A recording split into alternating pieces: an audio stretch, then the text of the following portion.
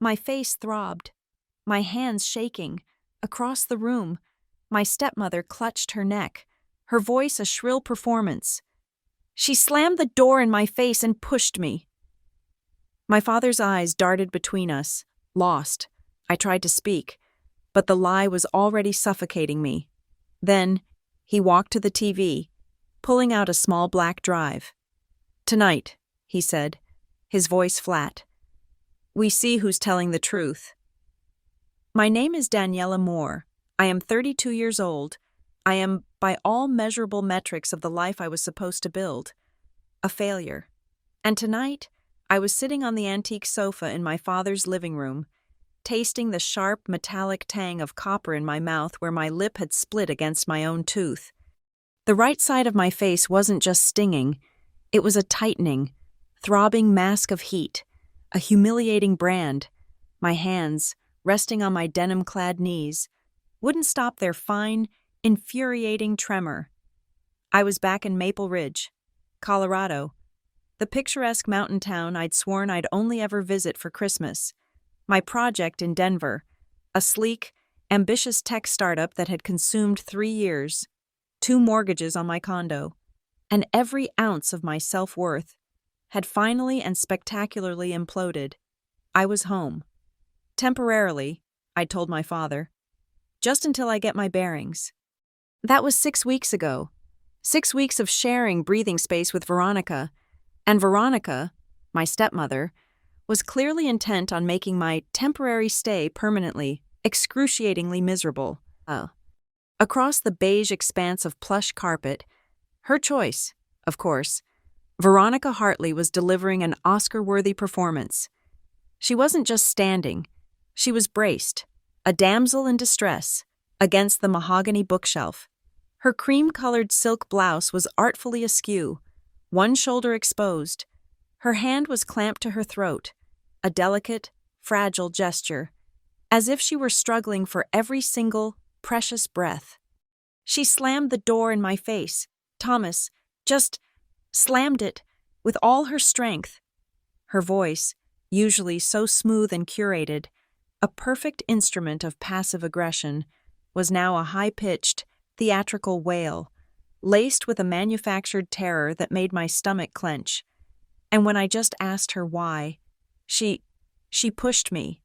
My father, Thomas Moore, emerged from his home office, stopping dead on the polished oak threshold of the living room. His laptop bag was still slung over one shoulder, his tie loosened. He was 55. A man who'd built Ridgegate Systems from a garage blueprint into a regional leader in smart home technology. He was a man who understood data, logic, and code. But this domestic algorithm, he couldn't debug. He stood there, a statue of confused authority, trapped in the crossfire.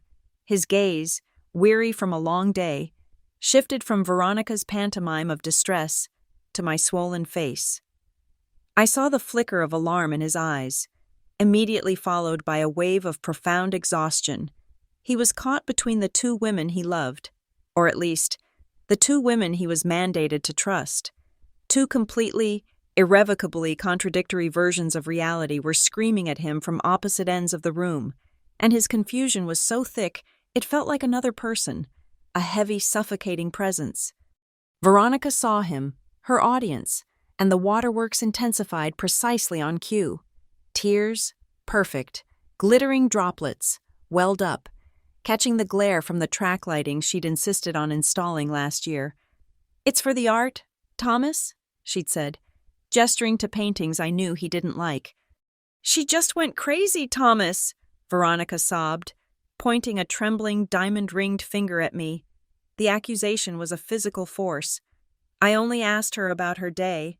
I was trying to be supportive, asking about the interview, and she just snapped. It's the ingratitude. No respect, no consideration for this family. She assaulted an adult in her own home. Her home, not our home. She never missed an opportunity to make that distinction, even after 10 years. I was a guest, a long-term, problematic guest. "That is not what happened," I said. My voice was rough, thick with the effort of pushing the words past the knot of rage and adrenaline in my throat. I didn't slam anything. I tried to look only at my father, to bore through the static of her performance and reach the man who used to read me science fiction novels at bedtime. I closed the kitchen door, gently. I told her I was tired and I didn't want to talk. She was the one who wouldn't let it go. She followed me. She was baiting me. Lies! All lies! Veronica shrieked, clutching her chest. Look at her. Thomas, she's not even sorry. She's cold. She's acting, trying to shift the blame, just like she always does. She slapped me. Dad! The words burst out, loud and ugly in the pristine room. She backed me into the hallway and she slapped me. She pulled my hair and she slammed me into the wall. That's why the door hit the frame, because she was the one who threw it open again. But the narrative was already set. It had been set for a decade. Veronica was the poised, patient victim, the saint who had taken on a difficult, grown stepdaughter. I was the unhinged, ungrateful adult child, the 32-year-old failure who had come crawling back home only to disrupt the fragile peace she had so carefully constructed. My father's face was pale, almost gray under the warm lights. He walked slowly, deliberately, into the center of the room. He looked at Veronica's neck, where a faint red scratch, a perfect, cinematic scratch, probably from her own manicured nail, was visible above the collar of her blouse. Then he looked at me. He looked at my hands, balled into white-knuckled fists to stop the shaking. He looked at the distinct, angry purple bloom of a bruise forming on my forearm, the one I'd thrown up to block her second swing. He held up one hand, palm out, the universal signal for stop. The silence was immediate and absolute. Even Veronica's desperate sobs hitched and died in her throat. "Both of you, stay right here," he said. His voice wasn't loud, but it was dangerously quiet, the voice he used when a multi-million-dollar deal was about to collapse. "Do not leave this living room." He didn't go to Veronica to comfort her. He didn't come to me to inspect the damage. Instead, he walked past the oversized, unlit fireplace to the low, sleek media console under the 80-inch widescreen TV. He crouched down, his back to us, presenting a wall of expensive gray suit fabric. He opened a glass-fronted cabinet. His movements were precise, efficient, familiar to him, but I had no idea what he was doing. He shuffled something, a box. "What are you doing, Thomas?" Veronica's voice had changed. The panicked, breathless victim was gone. This was a new tone, sharp, anxious, and commanding. He didn't answer. He emerged, rising to his full height, and turned around. He was holding a small black external hard drive, no bigger than a deck of cards, with a thick black USB cable wrapped tightly around it. I stared at it. It was just a piece of tech, like a dozen others in his office. But a flicker of genuine, unadulterated panic crossed Veronica's face. It was there and gone in a second, a tightening of her eyes, a sharp intake of breath, but I saw it. "Thomas, you didn't keep those old cameras hooked up, did you?" She forced a laugh, a brittle, tinny sound that shattered against the heavy silence. "That's ridiculous. I thought we agreed the new Ridgegate cloud system was much better. Those old hardwired things were obsolete." She took a half step toward him, her hand dropping from her throat, her posture shifting from frail to attorney. I thought I had those lines cut when we renovated the kitchen." She bit her lip, a flicker of red in her pale face. She had said too much. My father didn't answer her. He was a man possessed by a new, cold purpose. He walked to the smart TV, his expensive shoes silent on the rug. He found the USB 3.0 port on the side and, with a firm, steady hand, plugged the drive in. The television screen flickered, the muted cable news channel vanishing, replaced by a generic blue media hub interface. He used the black remote, his thumb clicking with methodical, rhythmic precision. Click, click, click. I saw a file directory appear, a drive named Timor Sec Ext. He navigated to a folder labeled, in stark white, sans serif letters, Backup entry cam. My breath caught. Entry cam? He selected the folder. A long list of video files, sorted by date, appeared. My eyes scanned. He found today's date. He highlighted the most recent file, time-stamped just 7 minutes ago. He didn't press play, not yet. He turned around. The remote was in his left hand, hanging by his side. He looked past Veronica, his gaze locking onto mine. His expression was impossible to read. Not anger, not pity, not even sympathy. Just a deep, profound, abyssal weariness, and something else. Resolve. "You have always said you don't slam the door," he said. His voice was flat, a statement of fact, devoid of emotion, which was somehow more terrifying than if he had yelled. "You've told me for years that you are careful, that you are quiet, and that I'm not listening, that I always take her word for it." He held my gaze, pinning me to the sofa. "Tonight," he continued, his voice resonating in the quiet room, "we are going to see who is telling the truth." He raised the remote. The screen flashed. A still image, a paused video feed, filled the display. It wasn't high definition, but it was clear. It was the view from the old camera, the one I'd forgotten existed, mounted in the corner of the hallway ceiling. It was aimed directly at the kitchen doorway. My heart didn't just stop. It felt like it was suddenly vacuum-sealed, all the air and blood sucked out of it. The story, the real story, the one that had just happened and the one that had been happening for 10 years, was frozen on that 80-inch screen, waiting for a single button press. And as I stared at the image of the doorway, my mind plunged backward, away from the impending verdict, away from Veronica's frozen mask of horror and my father's grim face. It tumbled back through the years of quiet accusations, polite gaslighting, and the suffocating sense that I was the crazy one. Back to the very beginning, back to the day I first met the perfectly polished, smiling woman who was, at this very moment, realizing she had forgotten about the backup. I was 21 years old when my father introduced me to the woman who would systematically dismantle my sense of reality. I was a senior in college, standing on the precipice of adulthood, convinced that I was smart, capable, and immune to the kind of fairy tale villainy that plagues children in storybooks. I was wrong. The memory of that first meeting is etched in my mind with the high-definition clarity of the very cameras that would later become my enemy. It was a Sunday afternoon in late autumn. I drove up to the house in Maple Ridge, the tires of my beat-up sedan crunching on the gravel driveway that my father had just paid to have resurfaced. The house looked different already. There were new planters on the porch, filled with perfectly arranged mums that matched the trim of the windows. It was the first sign of the Veronica effect. Everything had to be aesthetically flawless, curated for an audience that might never even arrive. Thomas Moore, my father, opened the door with a smile I hadn't seen on his face since my mother passed away 3 years prior. He looked lighter, younger. He pulled me into a hug that smelled of his usual cedarwood cologne and something new, a floral, expensive detergent.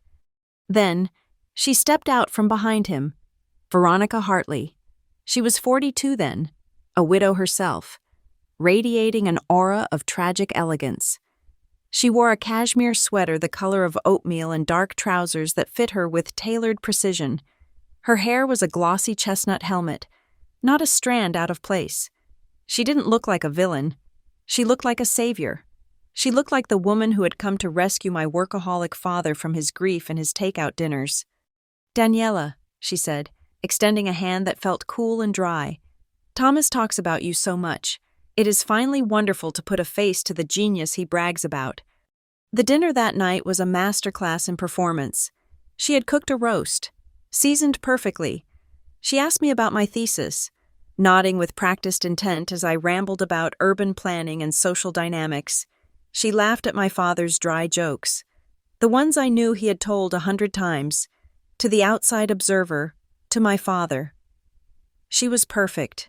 She was engaging, warm, and deferential to our existing bond while gently inserting herself into the empty spaces. But the mask slipped for the first time when we were in the kitchen, clearing the plates. My father had gone to the garage to fetch a bottle of wine from his special reserve to celebrate the meeting. The transition was so seamless it was almost imperceptible. Veronica was rinsing a plate, her back to me. "I see where you get your appetite," she said softly. Her voice hadn't changed pitch. It was still that melodic, polite tone she used at the table. I paused, a stack of dirty dishes in my hands. "Excuse me?" She turned off the faucet and looked at me over her shoulder. Her smile was tight, not reaching her eyes. "Oh, nothing, dear. I just meant you have a very healthy, robust constitution, like a farm girl. It is sweet. Most girls your age in the city are starving themselves. But you clearly do not worry about things like that. You are brave." It was a slap disguised as a caress. She had called me fat and unrefined in 3 sentences, all while praising my bravery. Before I could formulate a response, before I could process the sudden shift in the atmosphere, the garage door opened, and my father walked back in, beaming with a bottle of Cabernet. Veronica immediately brightened, turning to him. "Thomas, your daughter is just helping me so wonderfully. You raised such a helpful girl." I stood there, the porcelain heavy in my hands, feeling the first seed of confusion take root in my gut. Had she insulted me? Or was I, as she implied, just being sensitive? That was the pattern for the next 3 years. It was never open warfare. Veronica was too smart for that. She dealt in microaggressions, in plausible deniability. When family friends came over, she would wrap an arm around my waist and squeeze just a little too hard, pinching the skin, while telling everyone how she was trying to help me find a job that matched my unique skill set. When I struggled to find work right out of college, she was the one who suggested to my father that perhaps I wasn't trying hard enough. I overheard them one night in the study. I was visiting for the weekend, standing outside the door with a glass of water. "I worry about her. Thomas." Veronica's voice drifted through the wood, laced with heavy, synthetic concern. She seemed so aimless. I offered to introduce her to my contact at the design firm, but she just brushed me off. It is like she enjoys struggling. Maybe it is a cry for attention? You know, because she misses her mother? I had never brushed her off. She had never offered to introduce me to anyone. I burst into the room, young and hot-headed, accusing her of lying. That was my first mistake. It was the mistake that sealed my fate as the problem child. Veronica didn't fight back. She didn't yell. She simply shrank into the leather armchair, her eyes widening, her hand going to her chest, a rehearsal for the performance she would give tonight, a decade later. "Daniela, please," she whispered, looking at my father with terrified eyes. "I was only trying to help. Why are you shouting at me?" Thomas looked at me, his brow furrowed. "Daniela, lower your voice. Veronica is just concerned about your future. There is no need to be aggressive." "But she is lying, Dad!" I shouted, my frustration boiling over. "She never offered to help me." My father sighed, rubbing his temples. He was running Ridgegate Systems then, pulling 80-hour weeks, managing a company that was exploding in value. He didn't have the bandwidth for domestic disputes. He saw a crying wife and a shouting daughter, and he did the math. The shouter was the aggressor. "You are tired, Daniela," he said, dismissing my reality with a wave of his hand. "We are all tired. Just apologize to Veronica." I didn't apologize. I stormed out, and from that night on, the narrative was written. Veronica began to systematically rewrite my history. At Thanksgiving dinners, she would recount stories from my childhood that I didn't remember happening. Stories where I threw tantrums, broke things, or acted out. When I corrected her, she would smile a sad, pitying smile and say, "Oh, sweetie, I know you blocked a lot of things out after the tragedy. It is a defense mechanism. We understand." She weaponized my grief over my mother. Any emotion I showed, anger, sadness, even excessive joy, was categorized as instability. She would lean in to whisper to my aunts and uncles, her voice low and conspiratorial. "We are walking on eggshells," she would say. "You never know what will set Daniela off." We just want her to get the therapy she needs." Slowly, I saw the change in how my relatives looked at me. They stopped asking me about my life and started treating me with a cautious, fragile distance, as if I were a bomb waiting to detonate. I learned to be silent. I learned that defending myself was proof of my combativeness. I learned that correcting her lies was proof of my delusion. I retreated. I stopped coming home as often. I shortened my phone calls. I became a ghost in my own family, which was exactly what Veronica wanted. She needed space to be the sole matriarch, the only woman in Thomas More's ear. And Thomas, my brilliant, logical father, was entirely blind to it. He wasn't a bad man. He was a manipulated one. He was surrounded by the soft, constant pressure of her narrative. He believed that I was difficult but lovable. He believed that Veronica was a saint for putting up with his emotionally stunted daughter. He believed it because it was easier than believing he had married a monster. It was around the time I turned 25 that the cameras appeared. Ridgegate Systems had just launched their new residential security line, a high-end integration of smart monitoring and cloud storage. It was cutting-edge technology, the pride of my father's career. Veronica brought it up at Sunday brunch. I was there, picking at a quiche that was filled with mushrooms, which she knew I was allergic to, but she insisted she had forgotten. Again. "Thomas, darling," she said, pouring him more coffee. "With the neighborhood changing, and with you traveling so much for the IPO, I really think we should install the full Ridgegate prototype here, for safety." My father looked up, surprised but pleased. "You want the system? I thought you said technology made the house feel cold." "I did," she admitted, touching his hand, "but I worry. I worry about being here alone, and, well, with Daniela coming and going, and you know how she sometimes leaves doors unlocked." I hadn't left a door unlocked since I was 12, but I said nothing. I bit my tongue and drank my water. "I think it would be good for the company, too," Veronica added. "A real-world test environment. You can show the investors that you trusted enough to use it in your own home." It was a masterstroke. She appealed to his protective instinct and his business ambition in a single breath. Thomas agreed immediately. Within a week, the house was wired. Cameras in the hallways, the living room, the kitchen, the exterior perimeter, sensors on every window. It was a fortress of surveillance. I didn't care. In fact, I felt a vague sense of relief. I was naive enough to think that maybe, just maybe, the cameras would force her to be nicer. I thought she wouldn't dare whisper her poison if a lens was watching. I didn't understand how the system worked. I didn't understand that there is a difference between the hardware and the administrator. Veronica took charge of the setup. She was the one who met with the technicians. She was the one who decided where the control panel went. "I will handle the passwords and the user accounts. Thomas," she told him, "you are too busy with the engineering side. Let me handle the household management. You just make sure the gadgets work." He handed over the digital keys to his kingdom without a second thought. For years, I walked past those small, blinking LED lights in the ceiling corners without fear. I treated them like furniture. I assumed that because my father built them, they were neutral. I assumed that technology was an objective observer. I didn't know that Veronica was curating the feed. I didn't know that she had learned exactly where the blind spots were, that 3-foot radius near the pantry where she could pinch my arm without being seen. I didn't know that she could delete clips, or that she told my father the system had glitches whenever something happened that contradicted her stories.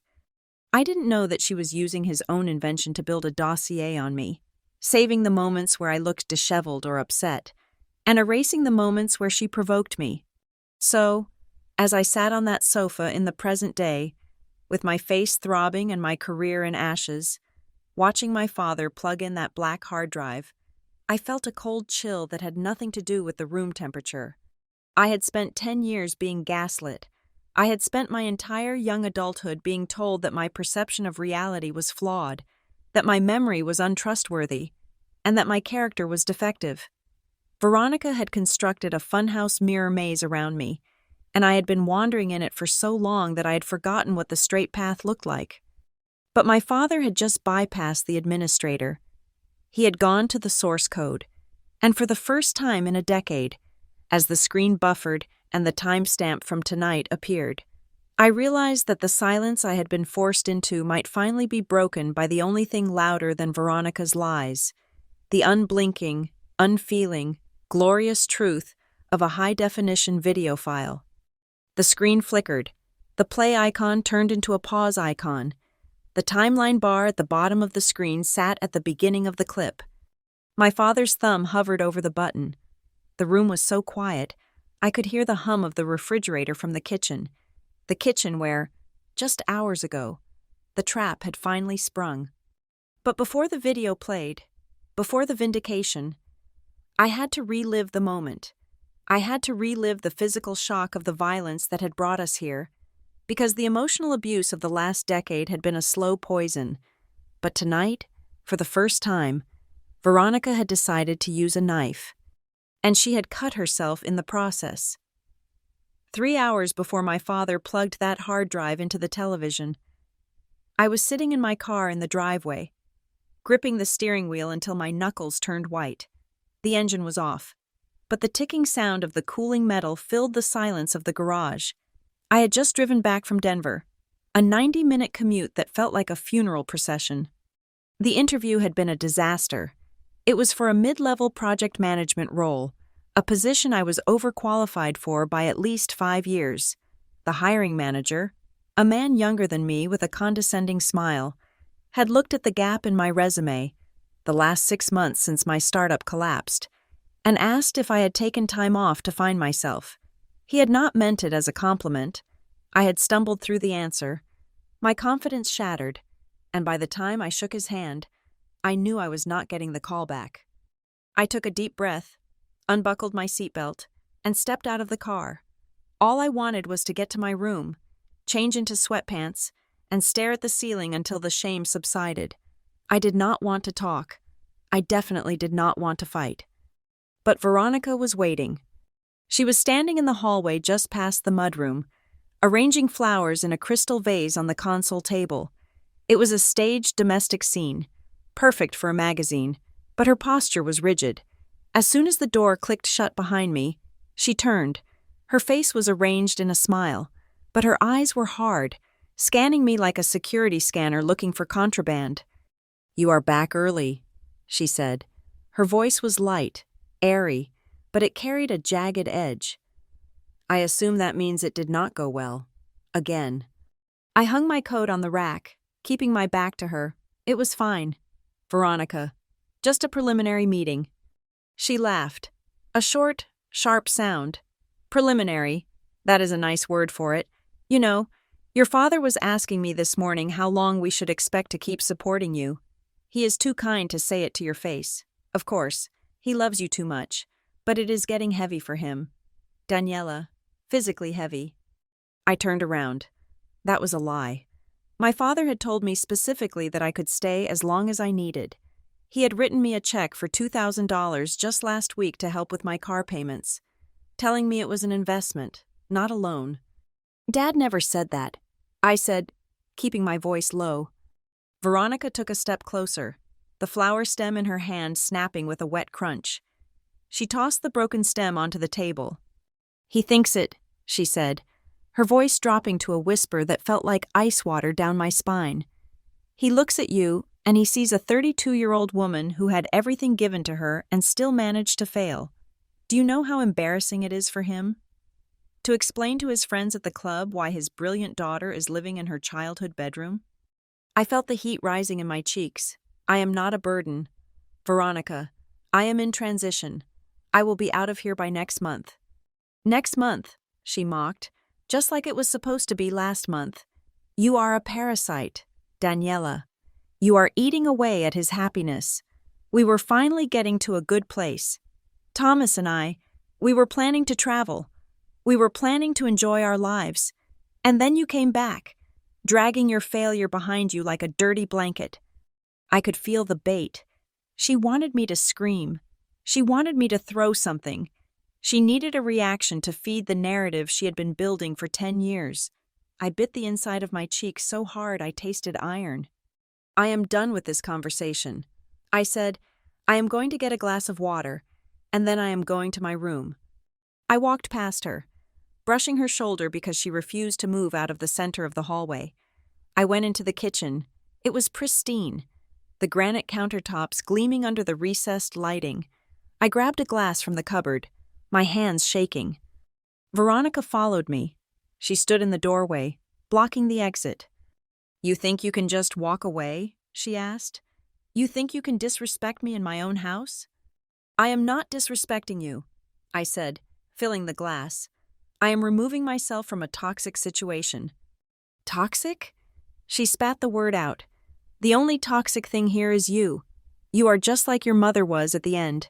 Weak, needy, unable to cope with reality." That was the line. She knew it was the line. My mother had died of cancer, fighting until her very last breath. She was the strongest woman I had ever known. To hear this woman who had slipped into her life like a thief, speak her name was unbearable. I set the glass down on the counter with a clatter. "Do not talk about her," I said, my voice trembling. "Do not ever mention her name." I walked toward the door.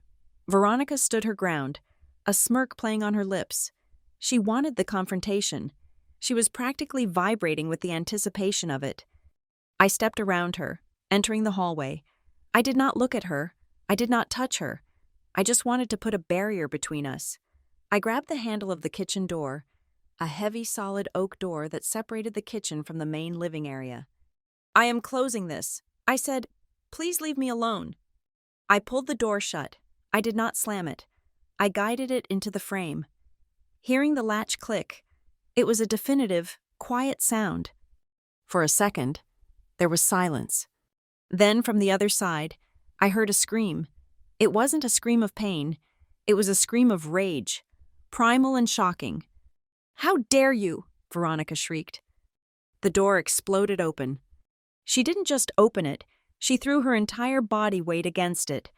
The heavy wood swung out, catching me on the shoulder before I could move away. I stumbled back, dropping my bag. Before I could regain my balance, Veronica was on me. It happened so fast that my brain struggled to process it. I was an adult woman. I had not been in a physical fight since grade school. Violence was something that happened on the news, or in movies, not in the hallway of $1 million home in Maple Ridge. But Veronica was there, her face contorted into a mask of pure malice. She raised her hand and brought it across my face. The slap was loud, a wet crack that echoed off the high ceilings. It wasn't a warning tap. It was a full-force blow with the palm of her hand. My head snapped to the side. My ear rang with a high-pitched whine. The pain was immediate and searing, hot needles pricking my skin from my cheekbone to my jaw. I gasped, raising my hands to protect my face. "What are you doing?" I cried out. She didn't stop. She grabbed the front of my silk blouse, bunching the fabric in her fist, her knuckles digging into my collarbone. She shoved me backward. My spine hit the wall with a thud that knocked the wind out of me. "You ungrateful little brat," she hissed, her face inches from mine. I could smell her expensive perfume, cloying and sweet, mixed with the sour scent of coffee on her breath. "You think you can shut me out? You think you run this house?" She raised her hand again. Instinct took over. It wasn't a decision. It was a reflex. I didn't want to hurt her. I just wanted her off me. I brought my arms up, breaking her grip on my shirt, and I pushed hard, shoving her away with both hands against her shoulders. "Get off me," I yelled.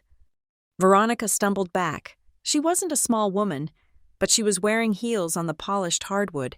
She lost her footing. She took 3 clumsy steps backward, her arms flailing, and then she fell. She didn't hit her head. She didn't crash into furniture. She landed on her hip and her elbow, sliding a few inches on the rug. It was a fall, yes, but it wasn't a catastrophe. I stood there, chest heaving, my hands still raised in defense. My cheek was throbbing. I stared at her, waiting for her to get up, waiting for the apology, or at least the shock to register. But Veronica didn't get up. She looked at me, and for a split second, her eyes were calculating. She assessed the situation. She looked at the red mark blooming on my face.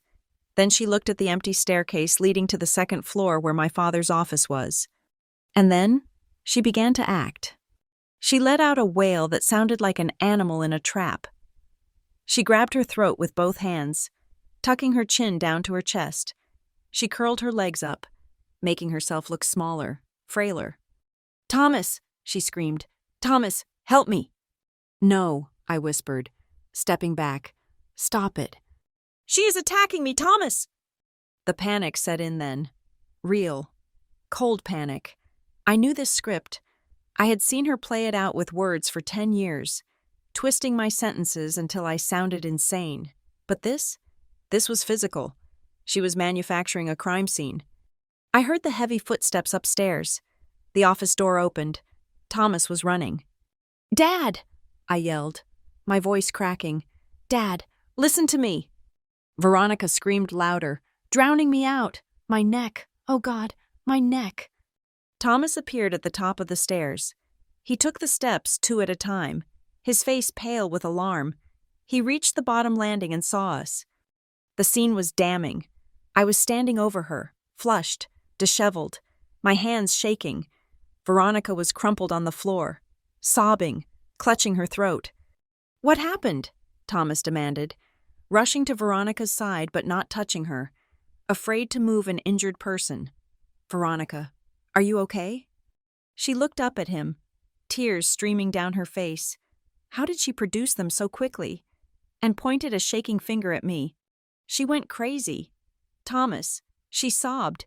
"I was just talking to her about the interview. I was trying to be nice, and she slammed the door in my face, and when I opened it to see if she was okay, she grabbed me.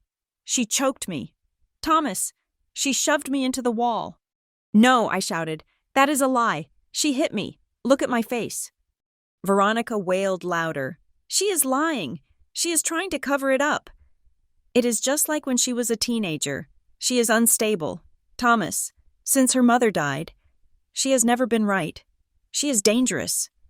The mention of my mother again, it was a dagger.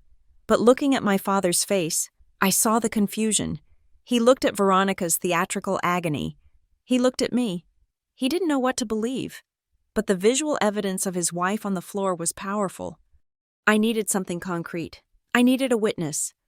My eyes darted to the ceiling corner, the small black dome. "The camera," I said, my breath coming in short gasps. "Dad, look at the camera." I pointed to the device mounted above the mudroom bench. It had a clear line of sight to the kitchen door.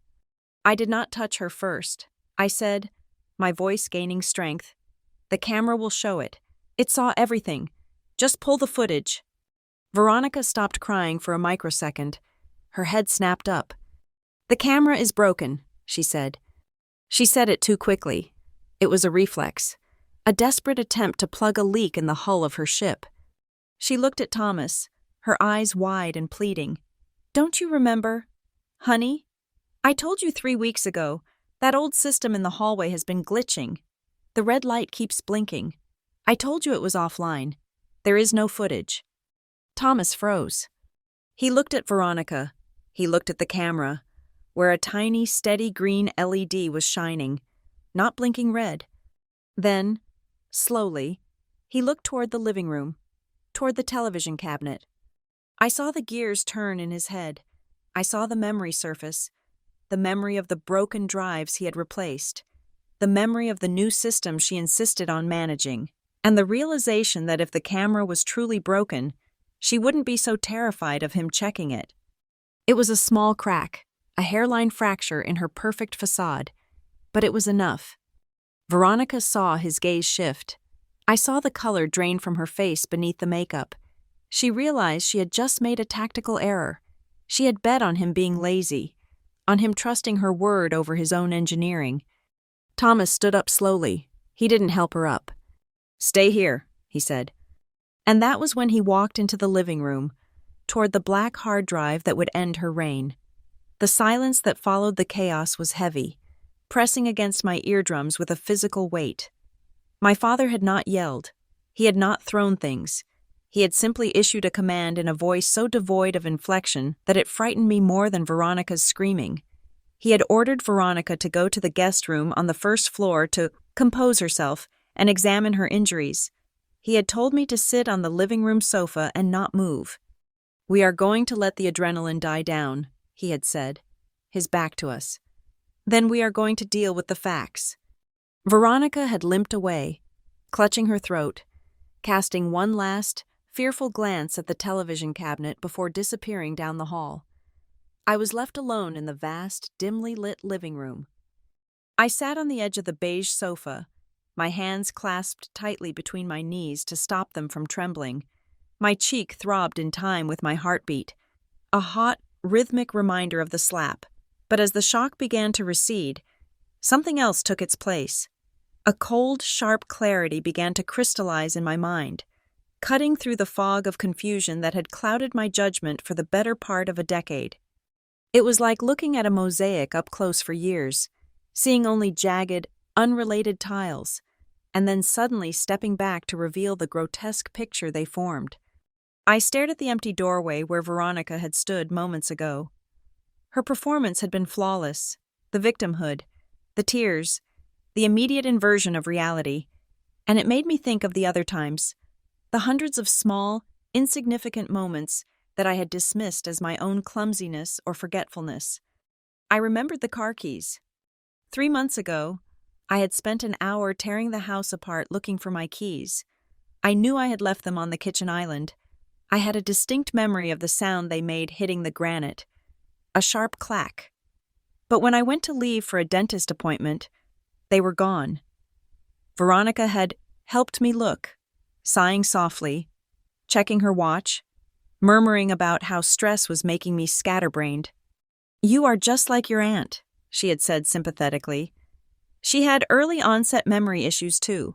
Maybe we should get you some supplements." We found the keys eventually.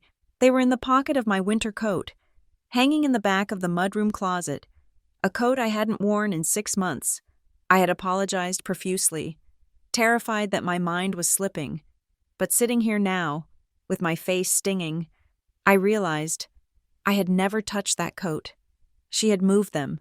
She had moved them to make me doubt my own sanity, to plant the seed of instability in my father's mind. Then there were the emails.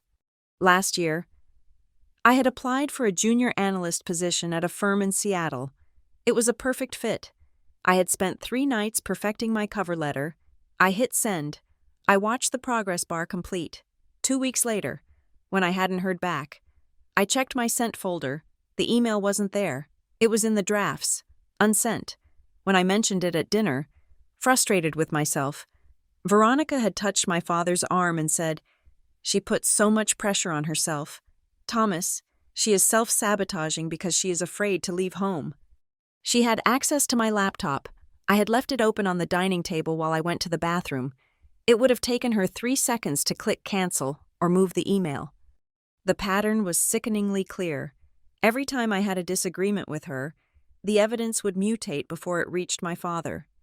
I remembered a text message argument we had when I was 26. I had texted her, "I am sick of you treating me like a child. I hate how you manipulate Dad." Later that night, my father had called me into his study, looking disappointed. He showed me his phone. Veronica had forwarded him the screenshot of my text, but in her version, the first sentence was gone. It just read, "I hate you. I hate Dad." "Why are you so angry, Daniela?" he had asked. "We give you everything."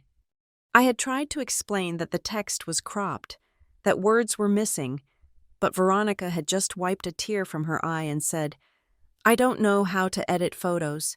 Daniela, I barely know how to use Instagram. Why would I lie?" She played the technologically illiterate card whenever it suited her. Yet she was the one who insisted on managing the smart home network. The smart home network. My eyes drifted to the ceiling, to the dark, glossy dome of the security camera in the corner of the living room. Veronica was obsessive about the passwords. For security reasons, she always said. She changed the admin password every 3 months, writing it down in a small notebook she kept in her purse. She never shared it. If everyone has access, it is a vulnerability. She would lecture us, using buzzwords she had picked up from my father's brochures. But it wasn't about hackers. It was about control. I realized with a jolt that she knew exactly where the cameras could see and where they couldn't. The memory of the stairs incident came flooding back. 2 years ago, we were standing at the top of the landing. Veronica had grabbed my wrist, digging her nails in, hissing something about my weight, how I looked bloated in my dress. I had yanked my arm back, a reflex to the pain. She had stumbled back, intentionally, I now knew, and grabbed the banister. Later, she told my aunt and uncle that I had lunged at her. She nearly pushed me down the stairs, she had whispered over wine. I am terrified of what she might do next. But she had done it in the alcove, 2 feet to the left of the hallway camera's range. She knew the geometry of the lens better than the engineers who installed it. And then there was Mrs. Ellis. Mrs. Marjorie Ellis lived next door. She was an elderly woman with a hearing aid and a habit of gardening near the property line. About a year ago, I had run into her at the mailbox. She had looked at me with concern in her watery blue eyes. "Is everything all right over there, dear?" she had asked. "I heard such terrible screaming last week when your father was in Chicago. I almost called the police." I had been confused. "Screaming? No, Mrs. Ellis, I was here alone. It was quiet." Mrs. Ellis had frowned. "Veronica told me it was the television. She said you like to watch those slasher movies with the volume up high. She said it helps you sleep." I hate horror movies. I have never watched a slasher film in my life. At the time, I had brushed it off as a misunderstanding or Mrs. Ellis's hearing aid malfunctioning. But now, the implication made my blood run cold. What screaming had she heard? Was it Veronica screaming at me when I was in my room, the sound carrying through the open window? Or was it something else? Was it Veronica practicing? I thought about the thuds I used to hear through the wall when I was visiting from college. Dull, rhythmic thuds from the master bedroom when Dad was away. I had assumed she was exercising or moving furniture, but after tonight, after seeing her throw herself against a door to frame me, was she throwing herself against walls then, too? Was she building a catalog of bruises to document later? The level of calculation was terrifying. It wasn't just mean, it was architectural. She was building a prison around me, brick by brick, lie by lie. And she used my father to lock the door. Whenever I tried to speak up at dinner, whenever I tried to offer a counterpoint to her version of events, she would sigh, a heavy, tragic sigh. "Thomas," she would say, pressing a hand to her forehead, "my blood pressure. The doctor said I cannot handle this kind of confrontation. Please." And my father, the protector, would immediately turn to me. "Daniela, drop it. Not now. You know she is fragile." He wasn't silencing me because he didn't love me. He was silencing me because he had been programmed to believe that my voice was a weapon that hurt his wife. But tonight felt different. I looked toward the closed door of my father's home office down the hall. He had been in there for a few minutes before coming out with the hard drive. And that was when another detail clicked into place, a detail so small I had almost missed it. My father had been acting strange for weeks. Usually, Thomas Moore was a man of routine. He came home at 6:30, had a scotch, ate dinner, and watched the news. But lately, he had been coming home early, 4 o'clock, 3:30, and he would go straight upstairs to his office and lock the door. I had never known him to lock that door. Last Tuesday, I had walked past the office. The door was slightly ajar. I had pushed it open to ask if he wanted tea. He was sitting at his desk, staring at his monitor. The room was dark, the blinds drawn. On the desk, sitting next to his keyboard, was a small black hard drive. It looked exactly like the one he had just pulled from the television cabinet. When I said, "Dad," he had jumped, physically jumped. He had slammed a folder over the drive and turned off his monitor. "Daniela," he had said, his voice sharp, breathless. "Please knock. I am dealing with confidential company data." I had apologized and retreated. I thought it was a trade secret, a new patent, something for Ridgegate Systems. But looking back, his face hadn't shown the stress of work. It had shown the gray, hollowed-out look of grief. He had looked at me with eyes that were red-rimmed, as if he hadn't slept in days. And in the hallway, when he looked at me after the fight tonight, he hadn't looked surprised. He had looked resigned. A shiver went through me. Maybe he hadn't just started suspecting tonight. Maybe he had been watching for a while. Maybe the glitching camera that Veronica complained about wasn't glitching at all.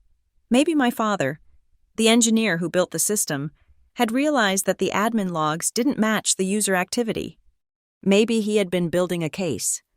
The thought was terrifying and hopeful all at once. If he knew, why hadn't he stopped it sooner? Why let it get to this point? Or maybe he needed this. Maybe he needed the undeniable, physical proof of a slap to finally shatter the image of the woman he thought he married. He needed her to overplay her hand.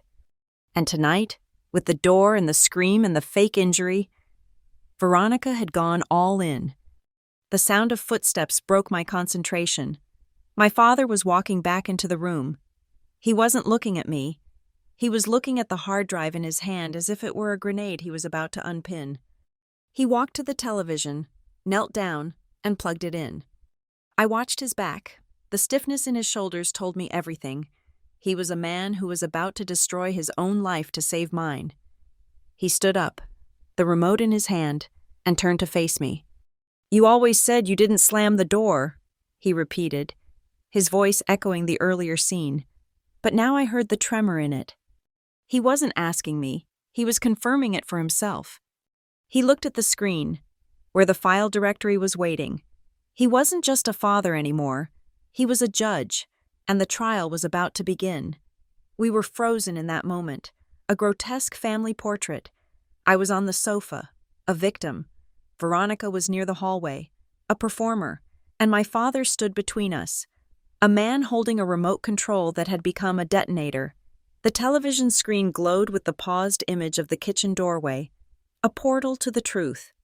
Veronica, who had been panting in her performance of distress, was now utterly still. Her breath was held, her eyes wide, locked on the hard drive plugged into the side of the television. She knew what that drive meant. She just didn't know the extent of what it contained. My father turned his head, not his whole body, just enough to look at her. His voice was flat, devoid of the panic or anger she was used to manipulating. "Veronica," he said, and the name hung in the air like a heavy, wet cloth. "Go to the guest room, now." She flinched. "Thomas, I am the one who was attacked. I am in pain. We need to call the police on her." "I am not going to ask you again," he said, still not looking at her. "I need to check this footage. I need to see what the system recorded." He used the excuse, the perfect, logical excuse. "I need to do it without distractions. Go, now." There was a new authority in his voice, a finality. The weary, conflict-avoidant man was gone, and the CEO of Ridgegate Systems was standing in his place. Veronica must have heard it too. She saw her power, her entire narrative, slipping from her grasp. She tried one last, desperate appeal. "But Thomas, I told you, that camera is broken. It's just static. You are upsetting me, my heart." "Go." She stared at him for 3 long, agonizing seconds. Then, her face hardened. The mask of the victim fell away, revealing the cold, reptilian anger beneath. She knew she had lost this round.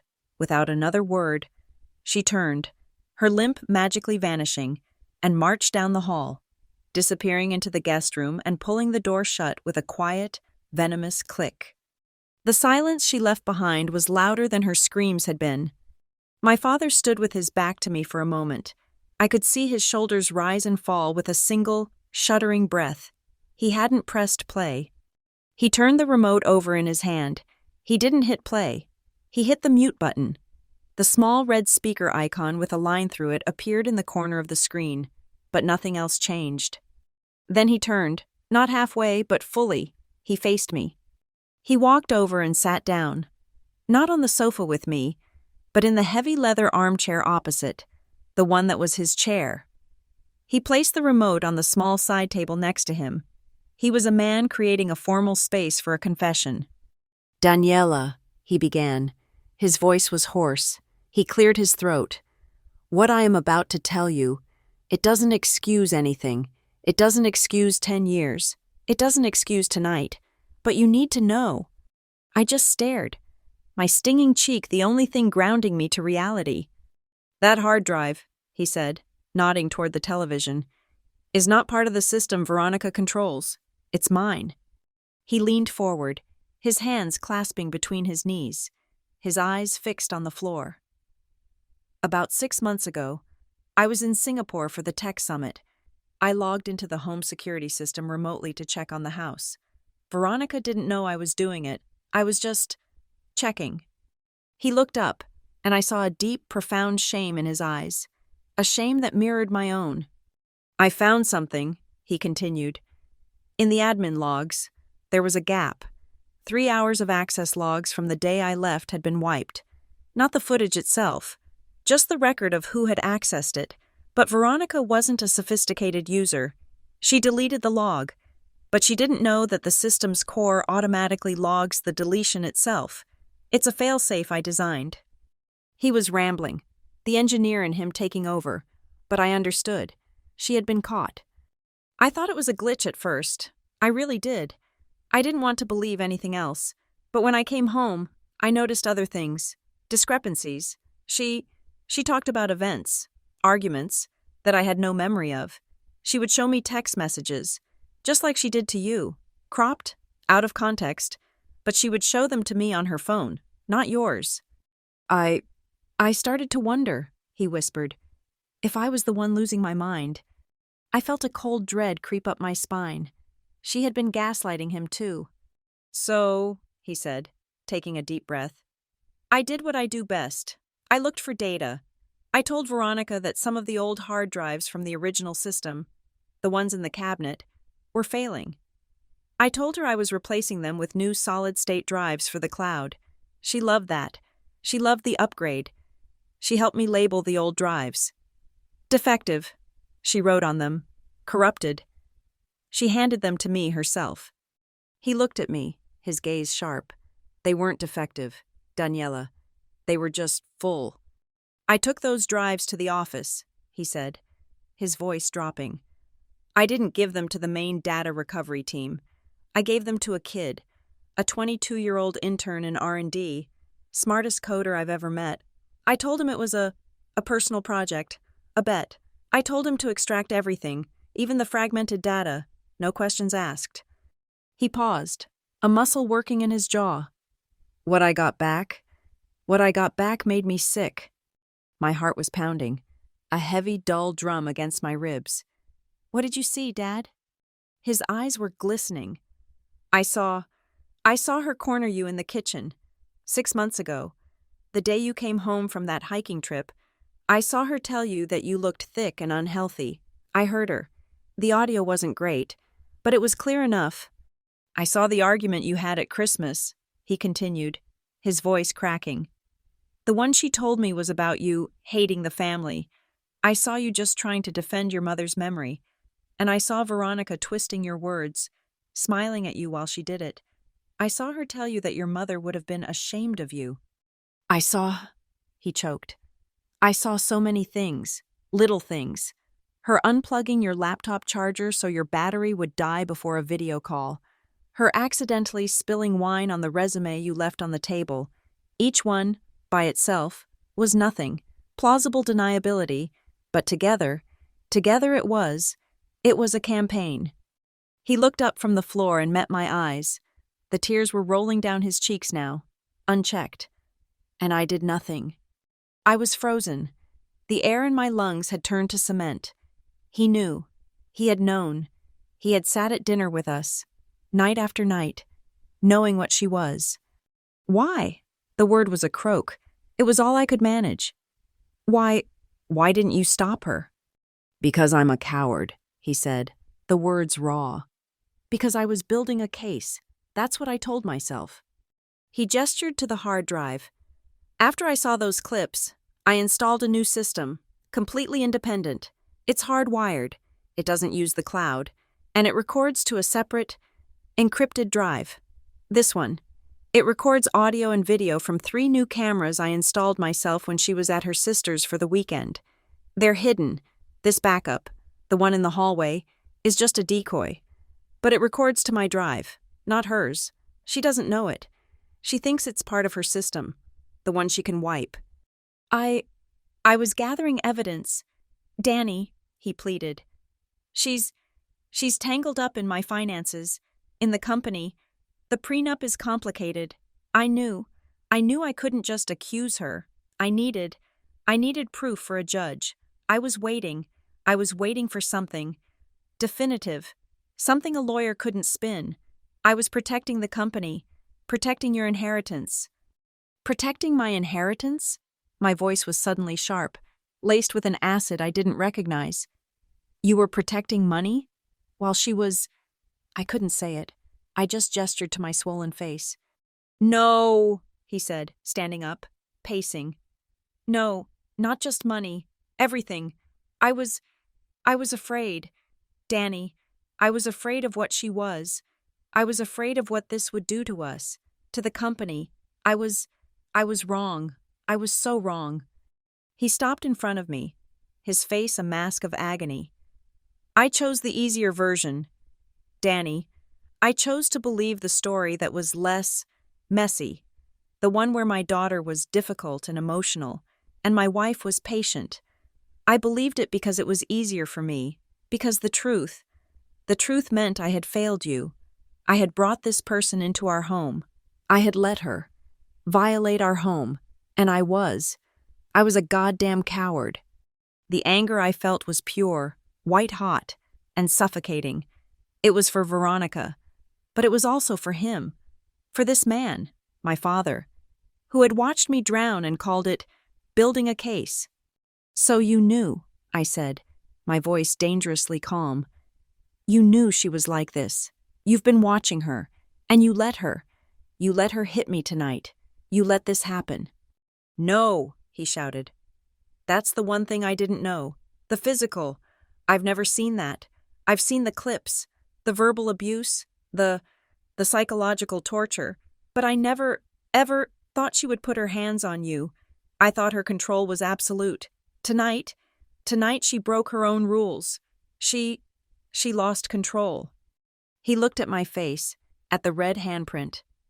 When I saw that mark on you, when I saw the bruise on your arm, all of it, the company, the money, the court case, it evaporated. I don't care about any of it anymore. I just care about this, ending this. I was shaking. I was filled with a decade's worth of poison, and it was all coming to the surface. I was horrified, but I was also, strangely, vindicated. I wasn't crazy. I had never been crazy. My father walked back to the chair and picked up the remote. He looked at it, then at me. You have every right to hate me, Daniela, he said softly. You have every right to be as angry with me as you are with her, and we will deal with that. I promise. I will. I will spend the rest of my life making this up to you, but not tonight. He turned and looked at the television, his expression hardening into a cold, flinty resolve I had only ever seen him use in a boardroom. Tonight, he said, we stop letting her tell the story. Tonight, we let the camera talk. He aimed the remote. He took a deep breath, and he pressed play. The tiny green LED in the corner of the television screen turned off as the media player buffered for a fraction of a second. The timestamp in the corner read 7:03 p.m. The image was sharp, slightly grainy from the low evening light, but unmistakably clear. It was our hallway. My father's thumb pressed down. The paused frame dissolved into motion. On the 80-inch screen, I watched myself. I saw the back of my own head as I walked from the kitchen. My shoulders slumped with the exhaustion and defeat of the day. I saw Veronica standing in the doorway, her face twisted in a sneer that was invisible from my angle but perfectly clear to the camera.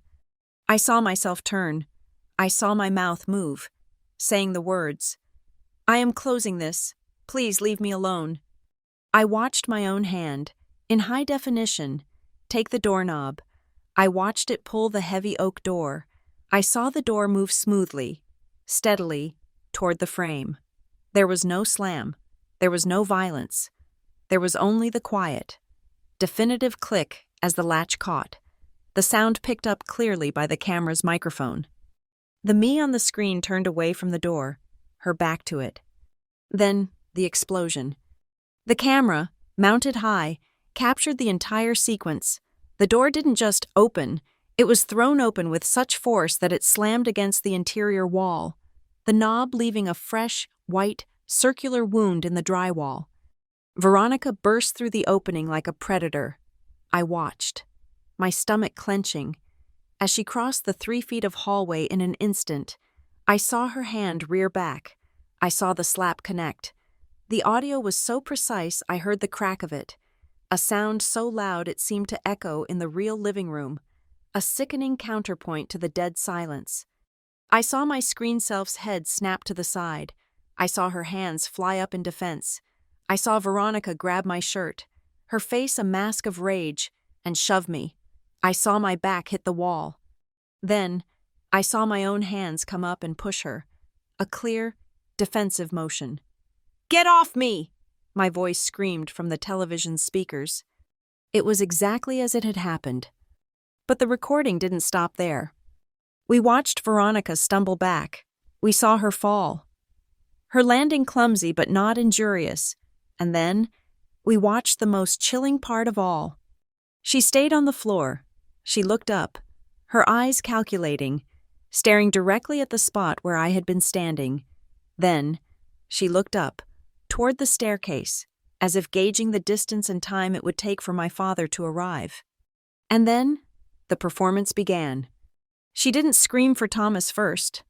First, she got up on her hands and knees. She deliberately, almost comically, shuffled backward until her shoulder was aligned with the sharp, carved edge of the antique console table against the wall. She looked at it, took a breath, and then threw her weight back, slamming her own shoulder into the wood. A genuine grunt of pain escaped her lips. She fell back to the floor. Her mission accomplished. She grabbed her own throat. She mussed her own hair. She pulled her blouse further off her shoulder. Then, and only then, did the wailing begin. "Thomas!" she screamed at the ceiling. "Thomas, help me! She is attacking me!" The clip ended. The screen went black for a second before the file menu reappeared. My father hit the pause button on the remote, freezing the screen on the list of files. He was breathing heavily, as if he'd just run a marathon. I wasn't breathing at all. A sound escaped me, a strange, guttural noise that was half sob, half laugh. It was the sound of a decade of madness, of self-doubt, of wondering if I was the broken one, all coming unspooled in a single 30-second video clip. She hit the cabinet," I whispered, the words sounding stupid to my own ears. "She documented her injury," my father said, his voice a low growl. "She created her own evidence." He turned to me, his face pale and slick with a cold sweat. "I am so sorry, Daniela. I am so sorry." But he wasn't finished. He wasn't even close. He turned back to the television, his movements now brisk, methodical. "That," he said, "was just tonight. That was what she did when she lost control. Now, I want to show you what she does when she is in control." He clicked out of the backup entry cam folder. He went back to the main drive. I saw a new folder, Veronica Project. He opened it. It wasn't a random collection of dates. It was a curated library of betrayal, organized into subfolders.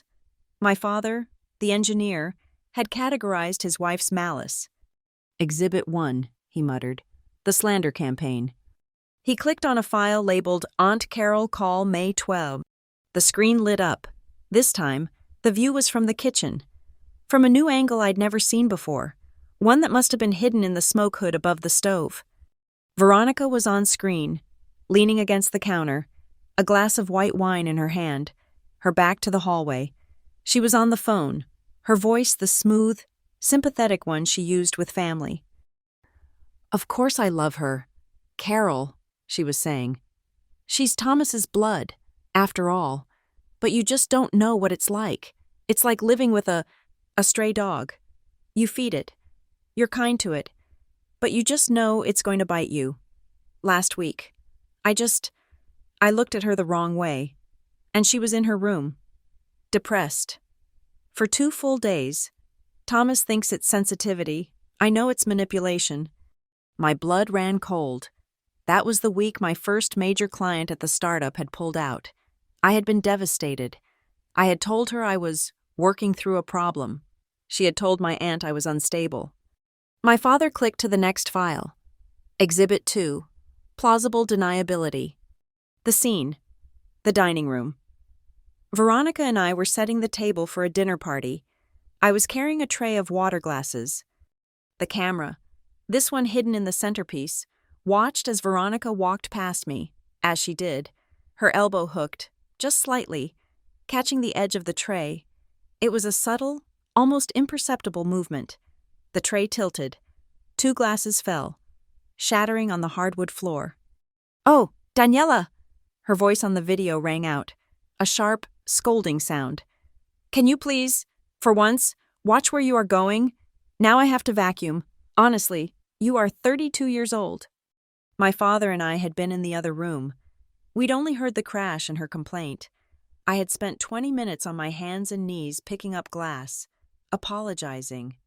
"I rewatched that one," my father whispered, his voice shaking. "I rewatched it 20 times in slow motion. She did it on purpose." He clicked again. Exhibit 3.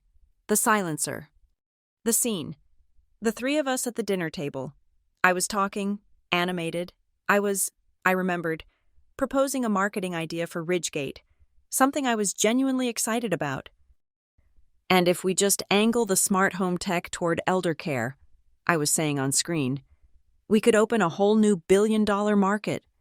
Veronica, who had been smiling, suddenly winced. Her hand flew to her chest. She gasped, a short, theatrical intake of breath. "Thomas," she said, her voice thin.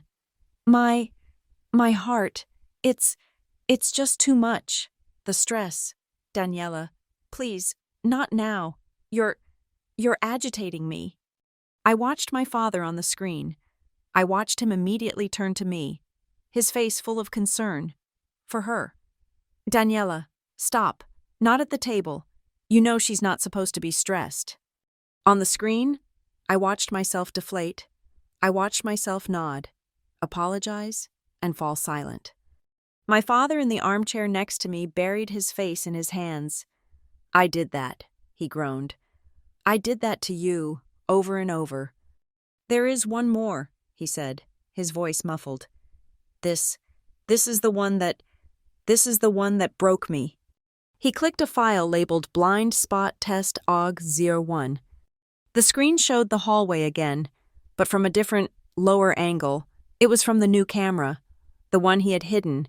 It was aimed at the alcove near the stairs, the place I had always thought was safe. Veronica was standing there, her back to the main hallway. She thought she was alone and unobserved.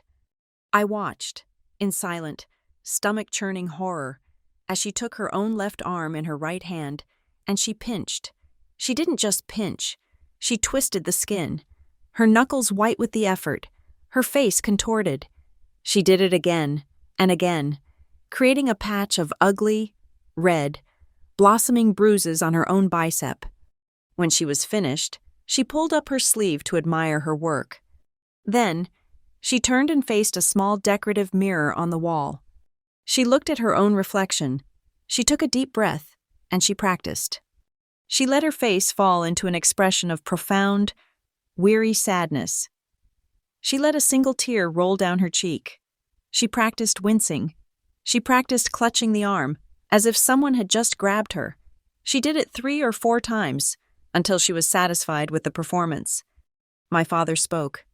"She did that 2 hours before your aunt and uncle came over for dinner. That night, that's the night she told them you had grabbed her in a rage. I had to hold her hand all night. I couldn't speak. I felt sick. The sheer, calculating, psychopathic work of it, the time, the effort, the rehearsal. At first," my father said, I thought I was crazy. I thought the footage was fake. I felt like I was watching a stranger, a horror movie. But it was her. It was my wife. I finally found my voice. And you? You just kept living with her? Kept watching? I met with a lawyer, he said, his voice flat. The first one, he told me it was, he said, she said. Even with the video, he said she could claim emotional distress, that she was acting out. He said I needed more. More? I shrieked. More than that? He said I needed motive, my father said, his face hardening. And last week, I finally found it. He navigated to a final folder, labeled Financials. It wasn't a video file, it was an audio file. The screen just showed a black and white sound wave. This is from the hidden mic in the study, he said. She was on the phone with her sister, Chloe. She thought I was in Denver. I was in the garage, listening. He pressed play. Veronica's voice filled the room, but this time it wasn't the high-strung, performative voice. This was cold, bored, and dismissive. Oh, stop, she was saying. Thomas is fine. He's a workhorse. You point him at a problem, and he solves it. He doesn't see the rest. A pause. Chloe must have said something. No, Veronica laughed. The girl is the real problem. She's just around all the time. She's smart enough to be dangerous, but too emotional to be a threat. Honestly, my only job is to keep painting the picture. As long as Thomas believes the girl is unstable, as long as he thinks she's a risk, that part of the estate will just flow my way. He's already given me power of attorney over the family trust. He thinks he's protecting it from her. The idiot thinks he's protecting her. The recording stopped. I sat there, the blood draining from my face. This wasn't about hate.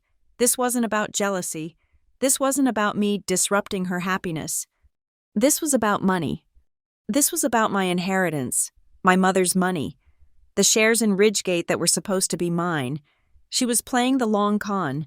She was systematically painting me as unstable so that my father, in his protective state, would sign everything over to her, the stable one. My father turned off the television. The room plunged back into silence. She hasn't just been gaslighting you. Daniela, he said, his voice heavy. She's been robbing us. He got up, walked to the bar, and opened a drawer. He pulled out a thick blue accordion file, the kind used for legal documents. He tossed it onto the coffee table in front of me. It landed with a heavy, ominous thud. That, he said, is what the cameras couldn't see. I opened it. My hands were shaking so hard I could barely work the elastic clasp.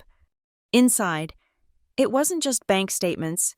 It was a power of attorney, signed by my father 3 years ago, giving Veronica sweeping control over his personal finances. It was a copy of his will, revised 2 years ago, naming her the sole executor and trustee, and tucked in the back, copies of wire transfers, thousands, tens of thousands, not to her sister, not to a shopping account, to an offshore investment fund, to an account in the name of a corporation I had never heard of. She's been siphoning, my father said, his voice dead. For at least 4 years, she was building a parachute. She wasn't just trying to get you out of the picture. She was planning to take everything and leave me with a crazy daughter and an empty bank account. I looked from the papers to his face, and finally, after 10 years, I understood everything. The cameras, the lies, the stolen keys, the faked heart attacks. It was all a prelude. It wasn't a family drama. It was a heist. The morning after the revelation, the air in the house felt different. It was no longer heavy with the suffocating weight of my silence. Instead, it crackled with the static electricity of a secret weapon. My father left for work at his usual time, 6:30 in the morning, giving Veronica a peck on the cheek that made my stomach turn. I watched from the top of the stairs, marveling at his composure. He was a man who had just seen his wife physically assault his daughter on a 4K screen, yet he straightened his tie and told her to have a wonderful day. I waited until Veronica left for her Pilates class at 9 o'clock before I moved. My father had texted me an address in downtown Denver, a sleek glass monolith that was a far cry from the strip mall office of our old family attorney. This was the office of Nora Blake. Nora was nothing like the lawyers Veronica usually charmed. She was a woman of sharp angles and sharper eyes, sitting behind a desk that looked like a slab of black ice. My father was already there, sitting in a leather chair, looking more tired than I had ever seen him, but also more focused. On the desk between them sat the black hard drive and the blue accordion folder. Nora didn't offer me tea or sympathy. She gestured to the chair next to my father and tapped the file in front of her. "I have reviewed the footage Thomas dropped off last night," she said, her voice crisp and devoid of theatrical pity, "and I have gone through the preliminary financials. Daniela, what you have been living through is not just a toxic family dynamic. It is a strategic, long-term extraction operation." She opened the folder, revealing a timeline she had already sketched out on a yellow legal pad. "Your stepmother is not merely an abuser," Nora continued. "She is a con artist. We see this in elder law. Though your father is hardly elderly, it is called undue influence with the intent to defraud. She isolates the target, Thomas, by removing the primary emotional anchor, you. She creates a narrative of instability to invalidate your claim to the estate. And while everyone is distracted by the drama, she moves the assets." She pushed a paper toward me. It was a copy of a stock transfer authorization. "Thomas does not remember signing this," Nora said, "but the signature is a perfect match. It moved $50,000 of Ridgegate stock into a holding company called VH Limited." My father rubbed his face with his hands. I must have been exhausted. Or maybe I had had too much wine that night. She always pours the wine. Nora nodded. "We are going to operate on the assumption that nothing in that house is private. Daniela, Thomas tells me you have a background in tech and data analysis." I nodded. "I was a project manager, but I know my way around a back-end system." "Good," Nora said. "I need you to dig. The cameras tell us the what and the who, but I need the where. I need you to audit the access logs of the security system itself. If she is deleting files, she is logging in as an admin. I want to know when, and I want to know from what device." We spent the next 2 hours mapping out the battlefield. This was no longer about my hurt feelings or my father's guilt. This was a lawsuit. Nora gave us a list of homework that made my head spin. Bank statements, credit card receipts, cell phone records. But the most important instruction she gave us was the hardest one to follow. "You must change nothing," she said, looking us both dead in the eye. "Veronica thinks she has won. She thinks she scared you into submission last night. Let her believe it. If she smells even a whiff of suspicion, she will liquidate those offshore accounts and vanish. You have to play the happy family. Thomas, you have to be the doting husband. Daniela, you have to be the cowed, apologetic daughter. Can you do that?" I looked at my father. He looked at me.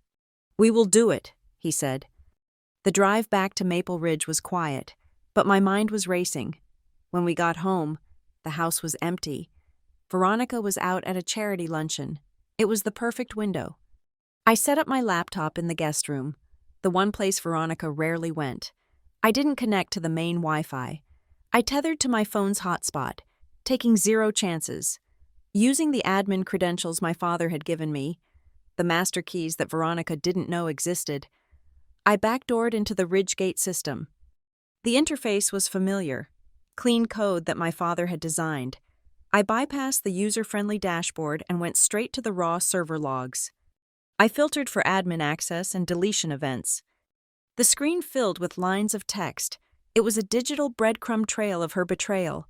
I saw the dates corresponding to every major argument we had ever had. May 12th, August 1st, December 24th. On each of those dates, the admin account vhome had logged in and executed a permanent delete command on specific time blocks. But then I saw something else. I noticed a pattern in the login times. Most of the activity happened during the day, from the IP address associated with the house router. That was Veronica on her iPad in the kitchen. But there were other logins, dozens of them. They occurred at 2 o'clock in the morning, 3:15 in the morning, times when Veronica was supposedly asleep in bed next to my father. I traced the IP address for those late-night sessions. It wasn't the house router. It was an external IP. My heart began to hammer against my ribs. I ran a geolocation trace on the address. It wasn't coming from our house. It wasn't coming from a mobile device. It was a static connection coming from a residential high-rise in Boulder, a city 30 minutes away. I pulled up the building's name, the Meridian Luxury Residences. I grabbed my phone and called my father, who was supposedly at the office. "Dad," I said, keeping my voice low, "did Veronica ever go away for the night?" There was a pause. "Yes," he said. "She has a sick cousin, or a sister. I can never keep it straight. She goes to Boulder to help care for her. She stays over maybe twice a month. She says the night shifts are the hardest." I looked at the screen. The login dates matched perfectly. "Dad," I said, "she isn't caring for a sick relative. She is logging into our home security system from a condo at the Meridian in Boulder. She is watching us while she is away." "Why would she do that?" he asked, his voice sounding hollow. "Because she is checking to see if you are working late," I said. "Or maybe she is checking to see if I am home. But Dad, the important thing is, she has a second location, a safe house." Nora was right. This wasn't just a greedy wife skimming off the top. This was a woman with a double life. We hung up, and I sat there, staring at the blinking cursor. If she had an apartment, she had bills. If she had bills, she had a bank account we didn't know about. I spent the rest of the afternoon building the digital dossier. I took screenshots of every deletion, every foreign login, every unauthorized password change. I encrypted the files and uploaded them to a secure cloud server that Nora had set up, then saved a second copy to a thumb drive that I taped to the underside of my dresser drawer. By the time I heard the garage door open at 5 o'clock, I was exhausted, but my adrenaline was still pumping. It was showtime. I went downstairs. Veronica was coming through the mudroom door, carrying shopping bags from an expensive boutique. She looked flushed and happy, the picture of a woman without a care in the world. "Oh, you are here," she said, her tone dismissive. "I thought you might have gone out to look for a job." I swallowed the bile rising in my throat. I forced my shoulders to slump. I forced my eyes to look at the floor. "I was just updating my resume." "Veronica," I mumbled. She stopped and looked at me. She was scanning for defiance, for the spark of anger she usually ignited. I gave her nothing. I gave her the beaten dog she wanted to see. "Good," she sniffed. "At least you are doing something productive. Your father is coming home early. We are going to dinner at the Chop House. You are welcome to join us, I suppose, if you promise not to cause a scene." I wanted to scream. I wanted to tell her I knew about the apartment in Boulder. I wanted to tell her I knew about the offshore accounts. Instead, I said, "Thank you. I would like that." The dinner was a surreal nightmare. We sat at a white-clothed table in the finest steakhouse in town. My father sat next to Veronica, and I sat across from them. I watched my father with a sense of awe. He held her hand. He poured her wine. He asked her about her day, listening with rapt attention as she lied about the charity luncheon. "You are so good to give your time like that. Ronnie," he said, using a pet name I knew he hated. "You have such a big heart." Veronica preened under the praise. She squeezed his hand. "Well, someone has to think about the community, Thomas." She looked at me, a smirk playing on her lips. "Daniela, don't slouch. It makes you look defeated." I sat up straighter. "Sorry," I said softly. It was working. Veronica was relaxing. She was drinking more wine than usual, her guard lowering with every glass. She felt safe. She felt like the queen of the board, moving her pawns exactly where she wanted them. At one point, she excused herself to go to the restroom. As soon as she was out of earshot, my father's smile vanished instantly. He looked at me, his eyes hard and clear. I checked the credit card statements from the joint account. He whispered, "There are no charges for an apartment in Boulder." "She is paying for it with the siphoned money," I whispered back. Or someone else is paying for it. He nodded, his jaw tightening. I am going to hire a private investigator to watch the Meridian. I need to know who opens the door. Veronica returned, and the mask slid back into place. The next day, I moved to phase 2 of Nora's plan, the witnesses. I waited until Veronica left for her hair appointment. I baked a batch of blueberry muffins from a box, but it was the gesture that counted, and walked next door to Mrs. Ellis's house. Mrs. Ellis was in her garden, wearing a wide-brimmed straw hat. She was delighted to see me. We sat on her porch, drinking iced tea. Mrs. Ellis, I started, keeping my voice casual. I wanted to ask you about something you mentioned a while ago, about the noise. She frowned, putting down her tea. Oh, dear, I didn't mean to pry. I know young people watch loud movies. I leaned in. Actually, Mrs. Ellis, it wasn't a movie. I am worried about the security of the neighborhood. I think someone might have been in the house when Dad was away. Her eyes widened. Oh my. You said you heard screaming? I asked. Did it sound like a movie? Or did it sound like a person? Mrs. Ellis shuddered. It was a person. Dear. It was a woman screaming, and there was crashing, like furniture being thrown. I told Veronica, and she said you were just having a night. I took a deep breath. Mrs. Ellis, if I needed you to, would you be willing to write that down? Just what you heard and when? Just for our insurance company? I lied about the insurance, but I needed her on paper. Well, if it is for insurance, she said, nodding, I suppose I could. It was terrifying. Daniela. I wrote the dates down in my calendar because I was going to call the sheriff. She went inside and came back with a floral planner. She flipped through the pages. Here it is, she said. October 4th, November 12th, January 8th. Screaming at the Moore House, 10 p.m. I looked at the dates. October 4th was a night I was in Seattle. November 12th I was at a conference. I wasn't even in the state. Veronica had been staging these fights when I wasn't even there. She was screaming at an empty room, throwing furniture, creating a disturbance solely to plant the seed in the neighbor's mind that I was violent, knowing Mrs. Ellis would eventually talk. Can I take a picture of that page? Mrs. Ellis? I asked, my hands shaking slightly. Of course, dear. I walked back to my house with the photos on my phone and a cold knot in my stomach. The level of premeditation was psychopathic. She wasn't just reacting to me. She was scripting a play where I was the villain, and she was performing it even when the audience wasn't watching, just in case they overheard. I sent the images to Nora immediately. Her reply came 2 minutes later. This is excellent. This proves the disturbances were manufactured. We have the flight records proving you were out of state on those dates. She just dug her own grave. That night, I lay in bed, staring at the ceiling. The little red light of the smoke detector blinked above me. I knew now that there was a camera inside it, one my father had installed. I felt a strange sense of calm wash over me. For 10 years, I had been reacting. I had been the emotional, volatile daughter, flailing against a fog I couldn't touch. I had let her define the terms of the engagement. But now, the dynamic had flipped. I wasn't the victim anymore. I was the investigator. Every insult she threw at me now was just another data point. Every lie she told was just another line of evidence. I rolled over and looked at the thumb drive taped under my dresser.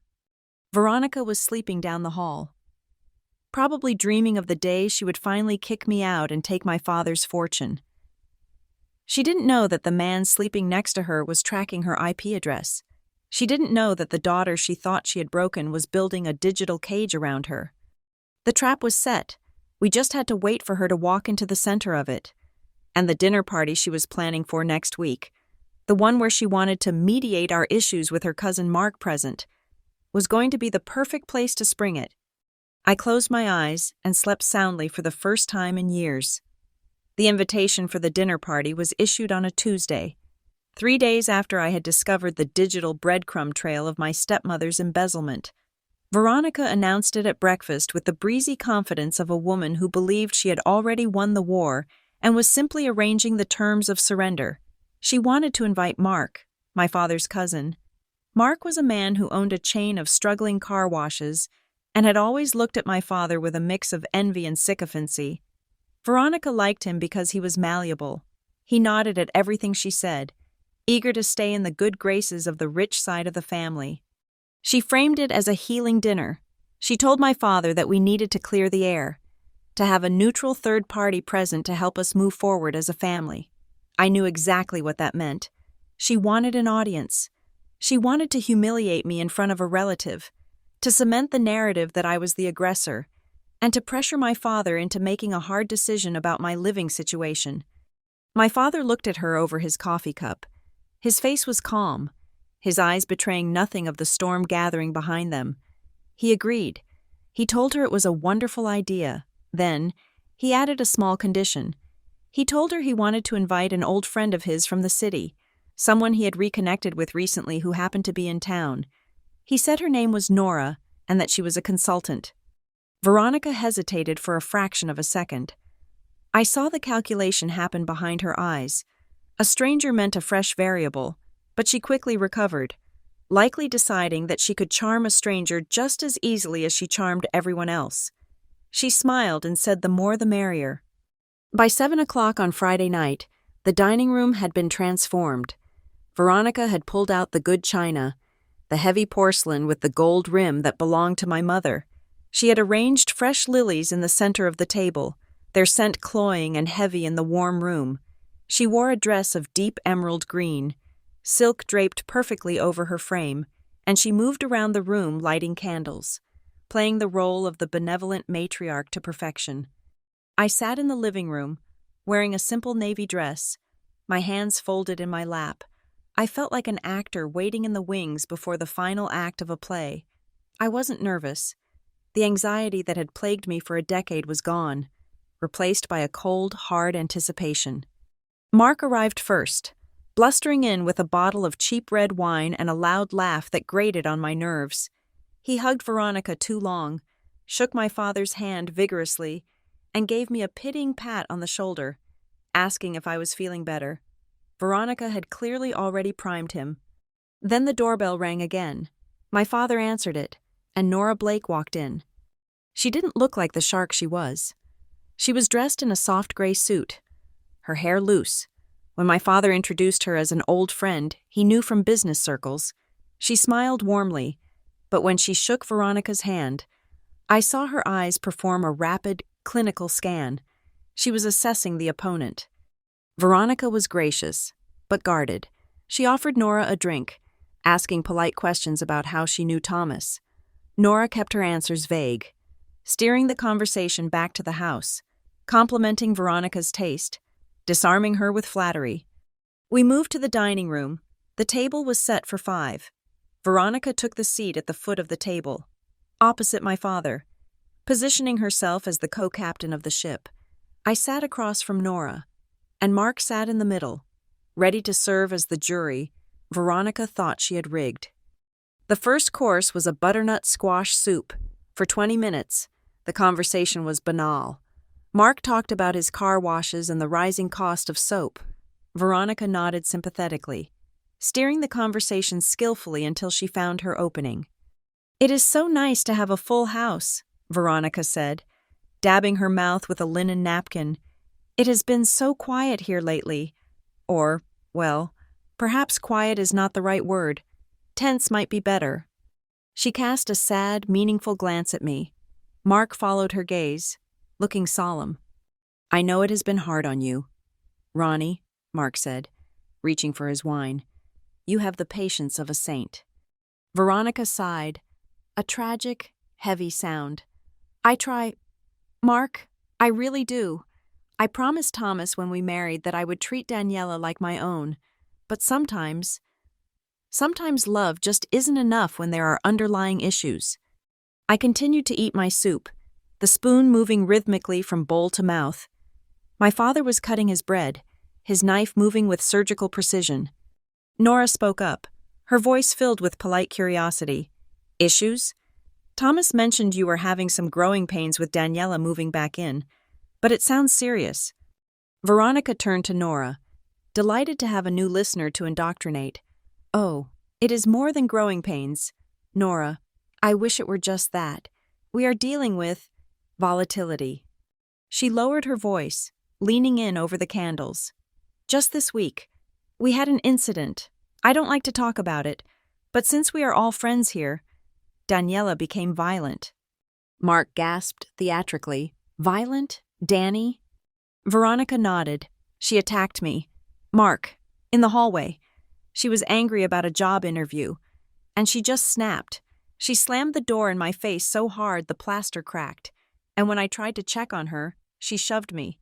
I still have the bruises on my shoulder.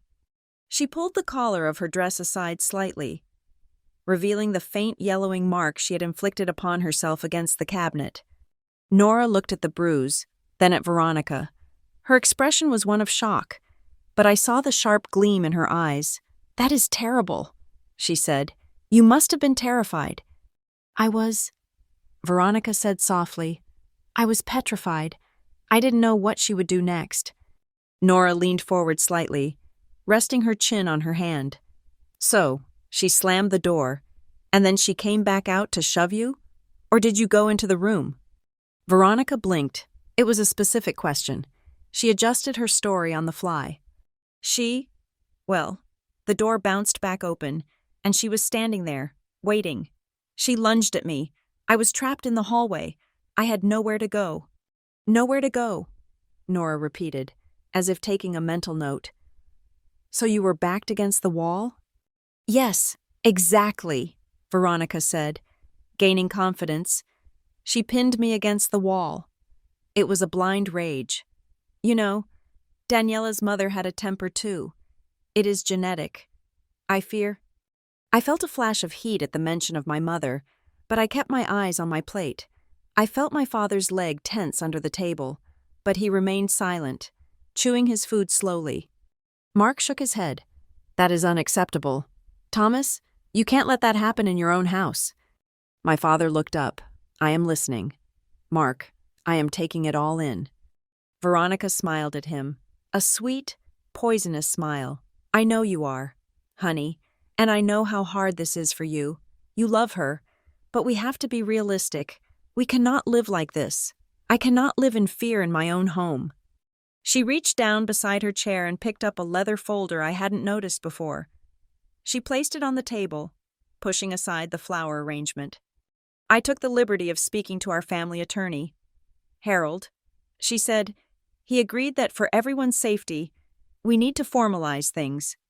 She opened the folder. Inside was a document. This is a transition agreement, she explained, her voice reasonable and calm. It outlines a severance package for Daniela. We will pay for an apartment in the city for 6 months. We will give her a stipend. But in exchange, she agrees to vacate this house within 48 hours and waives any further claim to residency. She looked at me, her eyes cold and triumphant. It is a generous offer. Daniela, more than you deserve after what you did to me. But I want peace. Mark nodded vigorously. That is very fair. Ronnie, very generous. Thomas, you should sign that. Get it over with. Nora reached out. May I see that?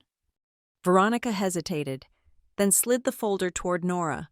Since you are a friend of Thomas, I suppose so. It is standard legal language. Nora put on a pair of reading glasses she pulled from her purse. She scanned the document quickly.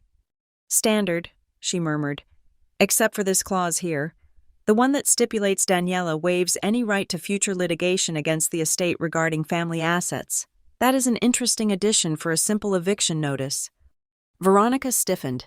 That is just boilerplate. To prevent future drama. Nora looked up over her glasses. And this clause here, granting you immediate power of attorney over Thomas's personal accounts to facilitate the stipend payments? Veronica's smile faltered. Well, Thomas is so busy. I handle the household finances. It is just for efficiency. Nora closed the folder. Efficiency, I see. Veronica sensed the shift in the room. She turned her attention back to Thomas, ignoring Nora. Thomas, she said, her voice hardening slightly. We need to do this. Tonight. I cannot spend another night under the same roof as someone who assaulted me. Mark agrees. Everyone agrees. It is time to cut the cord. My father finally stopped eating. He placed his knife and fork parallel on his plate. He picked up his napkin and wiped his mouth, then placed it on the table. He looked at Mark, who was mid-chew on a piece of steak. He looked at Nora, who gave him a barely perceptible nod. Then, he looked at Veronica. "You are right, Veronica," he said.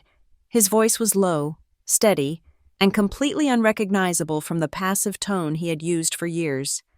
Veronica brightened. "I knew you would see reason. We cannot continue like this," he went on. "And you are right about something else. We need to establish the truth. We need to know exactly what happened in that hallway." "Exactly," Veronica said. "I just told you what happened. Mark heard it." "Yes," my father said. "But Mark wasn't there. You were there. Daniela was there. And you have two very different stories." He stood up. The chair scraped loudly against the hardwood floor. "If we are going to make legal decisions tonight," he said, walking toward the living room area that adjoined the dining room, "if we are going to sign papers that affect the rest of our lives, I think we need one more witness." Veronica frowned, twisting in her chair. "Witness? Who? Did you invite someone else?" My father didn't answer. He walked to the television. He picked up the remote control. Veronica's face changed. It wasn't panic yet, but it was confusion. She looked at the television, then back at him. "Thomas, what are you doing?" "We are eating dinner." "I think this witness has seen more than any of us," my father said. He pointed the remote at the screen. Veronica laughed, a nervous, trilling sound. "You are going to watch TV? Thomas, you are being absurd. Sit down and sign the papers." My father pressed the power button. The huge screen flared to life. It wasn't the cable news. It wasn't a movie. It was the blue, stark interface of the media drive. The folder list was already open. The words, "Backup Entry Cam," were highlighted in white text against the dark background. The room went deadly silent. Mark stopped chewing. Nora folded her arms. Veronica froze. Her hand, which had been reaching for her wine glass, stopped in midair. She stared at the screen, and the color drained out of her face so fast it looked like the blood had simply evaporated. That is broken," she stammered. Her voice was high, tight. "You know that is broken. Thomas, why are you showing us a blank screen?" "It is not broken." "Veronica," my father said. He didn't look at the screen. He looked directly at her, and neither are the 3 other cameras I installed 6 months ago. Veronica stood up. Her chair toppled backward, hitting the floor with a crash that made Mark jump. "Turn it off," she said. Her voice was no longer sweet. It was a command. "Turn it off right now. Thomas, this is an invasion of privacy." "Sit down." "Veronica," Nora said. Her voice was calm, authoritative, the voice of a lawyer taking control of a deposition. "I will not," Veronica shrieked. She looked at Mark. "He is crazy. He is trying to humiliate me. Mark, tell him." Mark looked from Veronica to Thomas, then to the screen. He looked confused and terrified. I don't know what is going on. Ronnie." My father navigated the menu. He didn't select the hallway video yet. He scrolled down. He scrolled past the hallway. He scrolled past the kitchen. He stopped on a folder labeled Veronica Solo. He looked at his wife. "You wanted everyone to understand you," he said. "You wanted us to know how much you have suffered, how much fear you live in." He pressed the center button. The video player loaded. The first frame appeared. It wasn't the hallway. It was the alcove by the stairs. It was Veronica, alone, staring into a mirror. Her face relaxed, her hands reaching for her own arm. Veronica made a sound like a wounded animal. She lunged toward the television. "Don't!" she screamed. But she was on the other side of the room, and the play button had already been pressed. The image that filled the 80-inch screen was undeniable. It was Veronica. She was alone, and she was meticulously, violently, pinching her own arm, twisting the skin with a grimace of concentration. The room was so silent I could hear Mark's breathing, which had become shallow and fast. We watched her inspect the blooming red marks, then turn to the mirror. We watched her practice a look of pained, tearful betrayal. Veronica, who was still standing by her overturned chair, let out a sound. It was a laugh, a high-pitched, brittle, terrified sound that shattered the silence. "Oh, Thomas, for goodness sake," she trilled, pressing a hand to her chest. "Turn that off. You are embarrassing me." My father didn't move. He just held the remote, his gaze fixed on her. "What?" she continued, her eyes darting between Mark and Nora.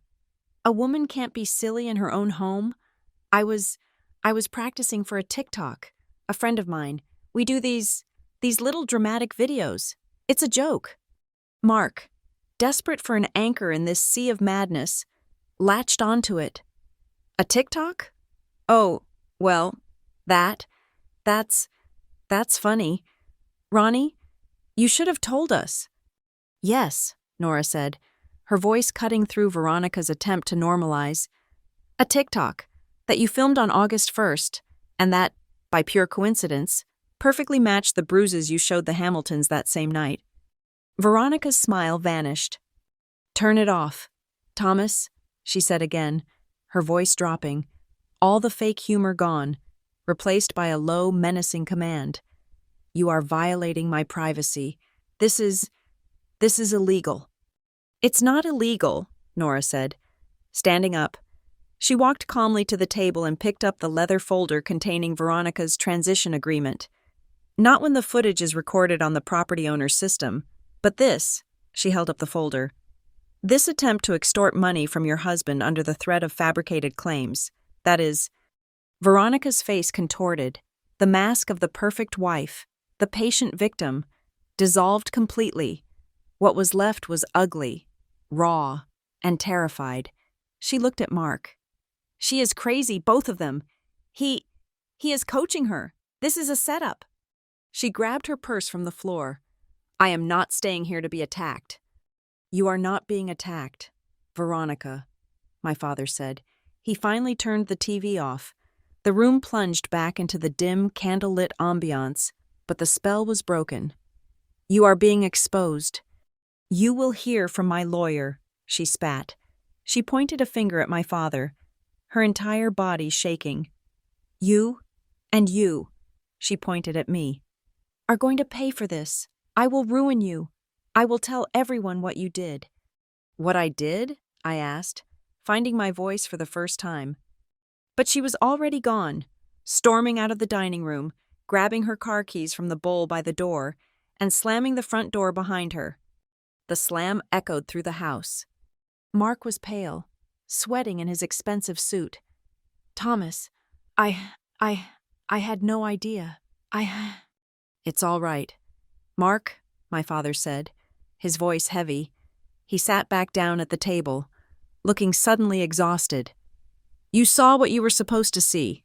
Now, if you'll excuse us." Mark fled, mumbling apologies, leaving the half-eaten steak on his plate. The three of us sat in silence.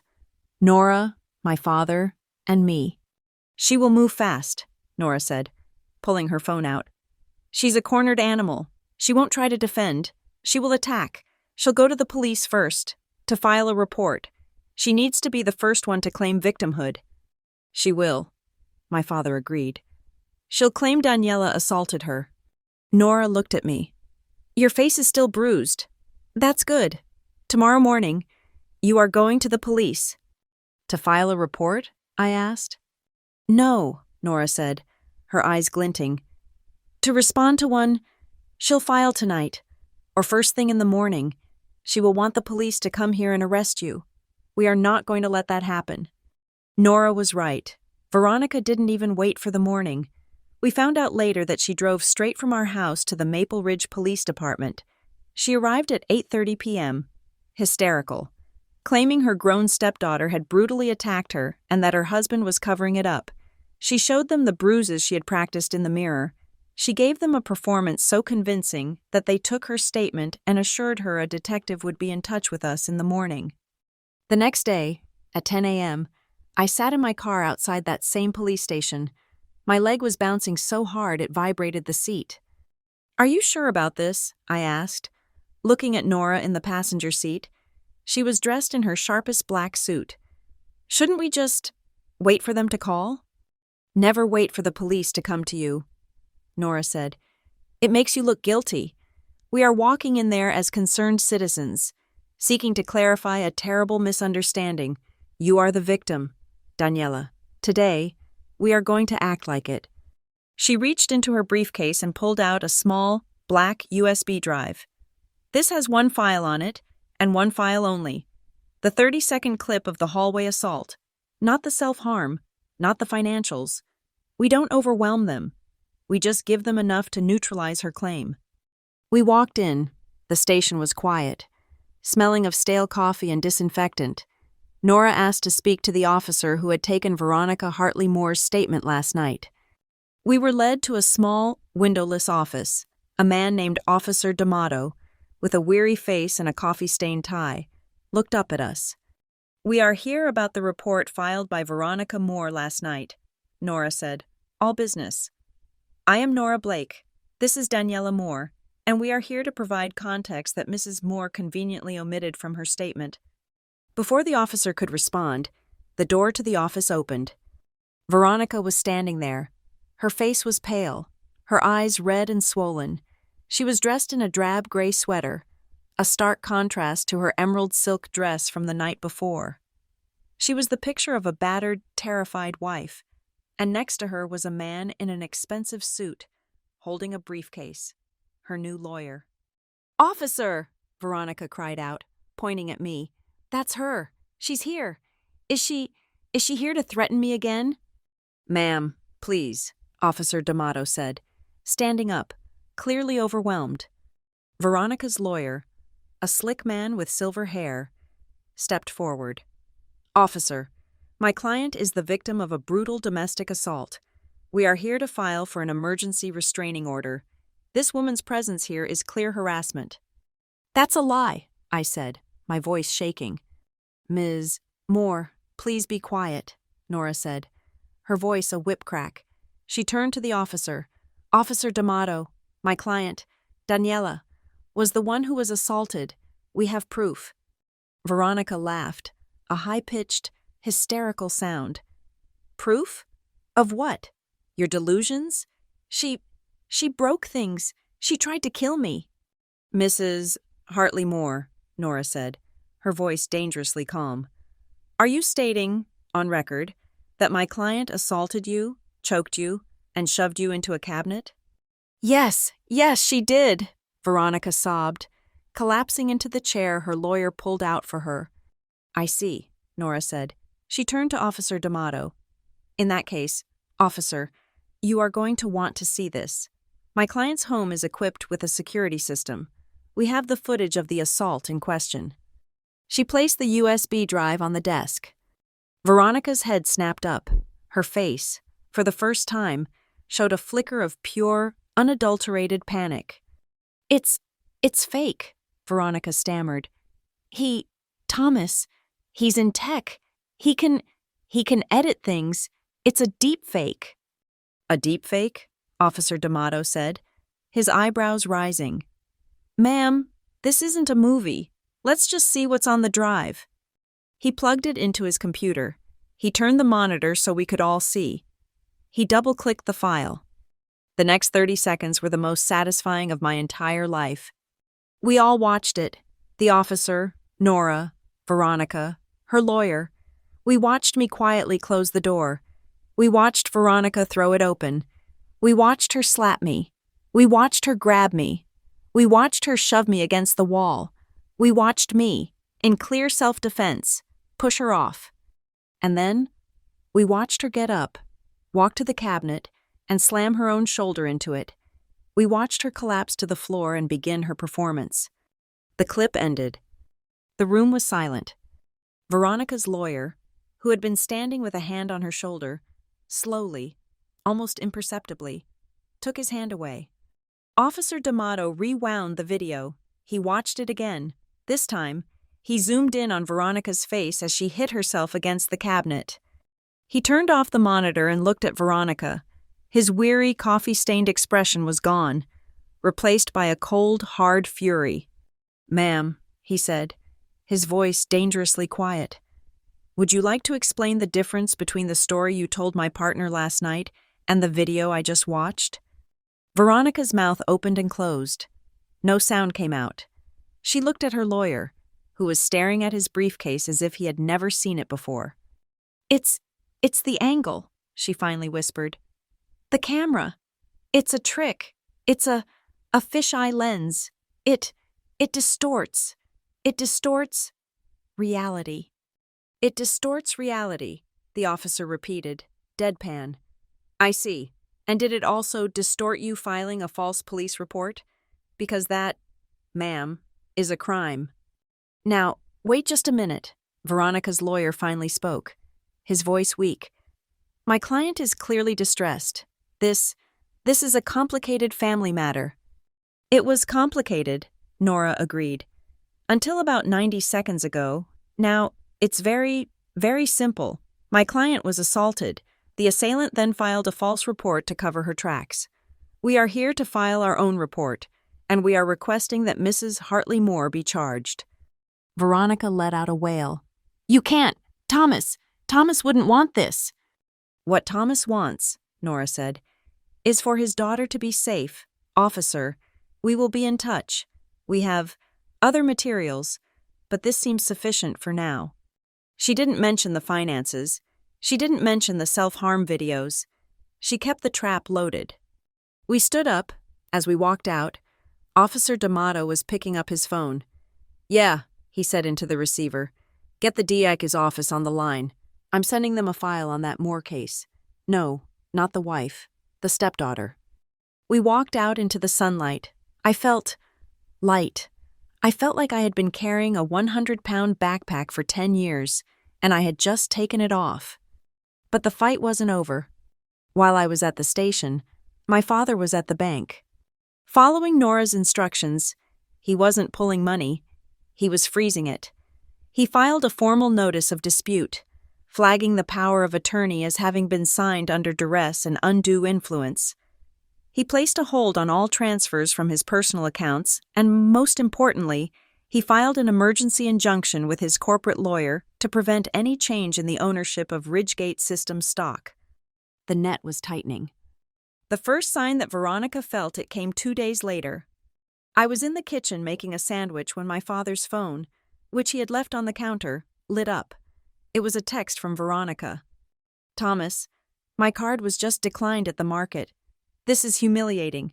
Fix this, now." My father walked in, read the text, and texted back a single word: "No." 2 hours later, the landline rang. It was a call from our private banker. He told my father that a Mrs. Moore had called, trying to liquidate a certificate of deposit, and had become agitated when she was informed that a legal hold was placed on the account. The final string was pulled that afternoon.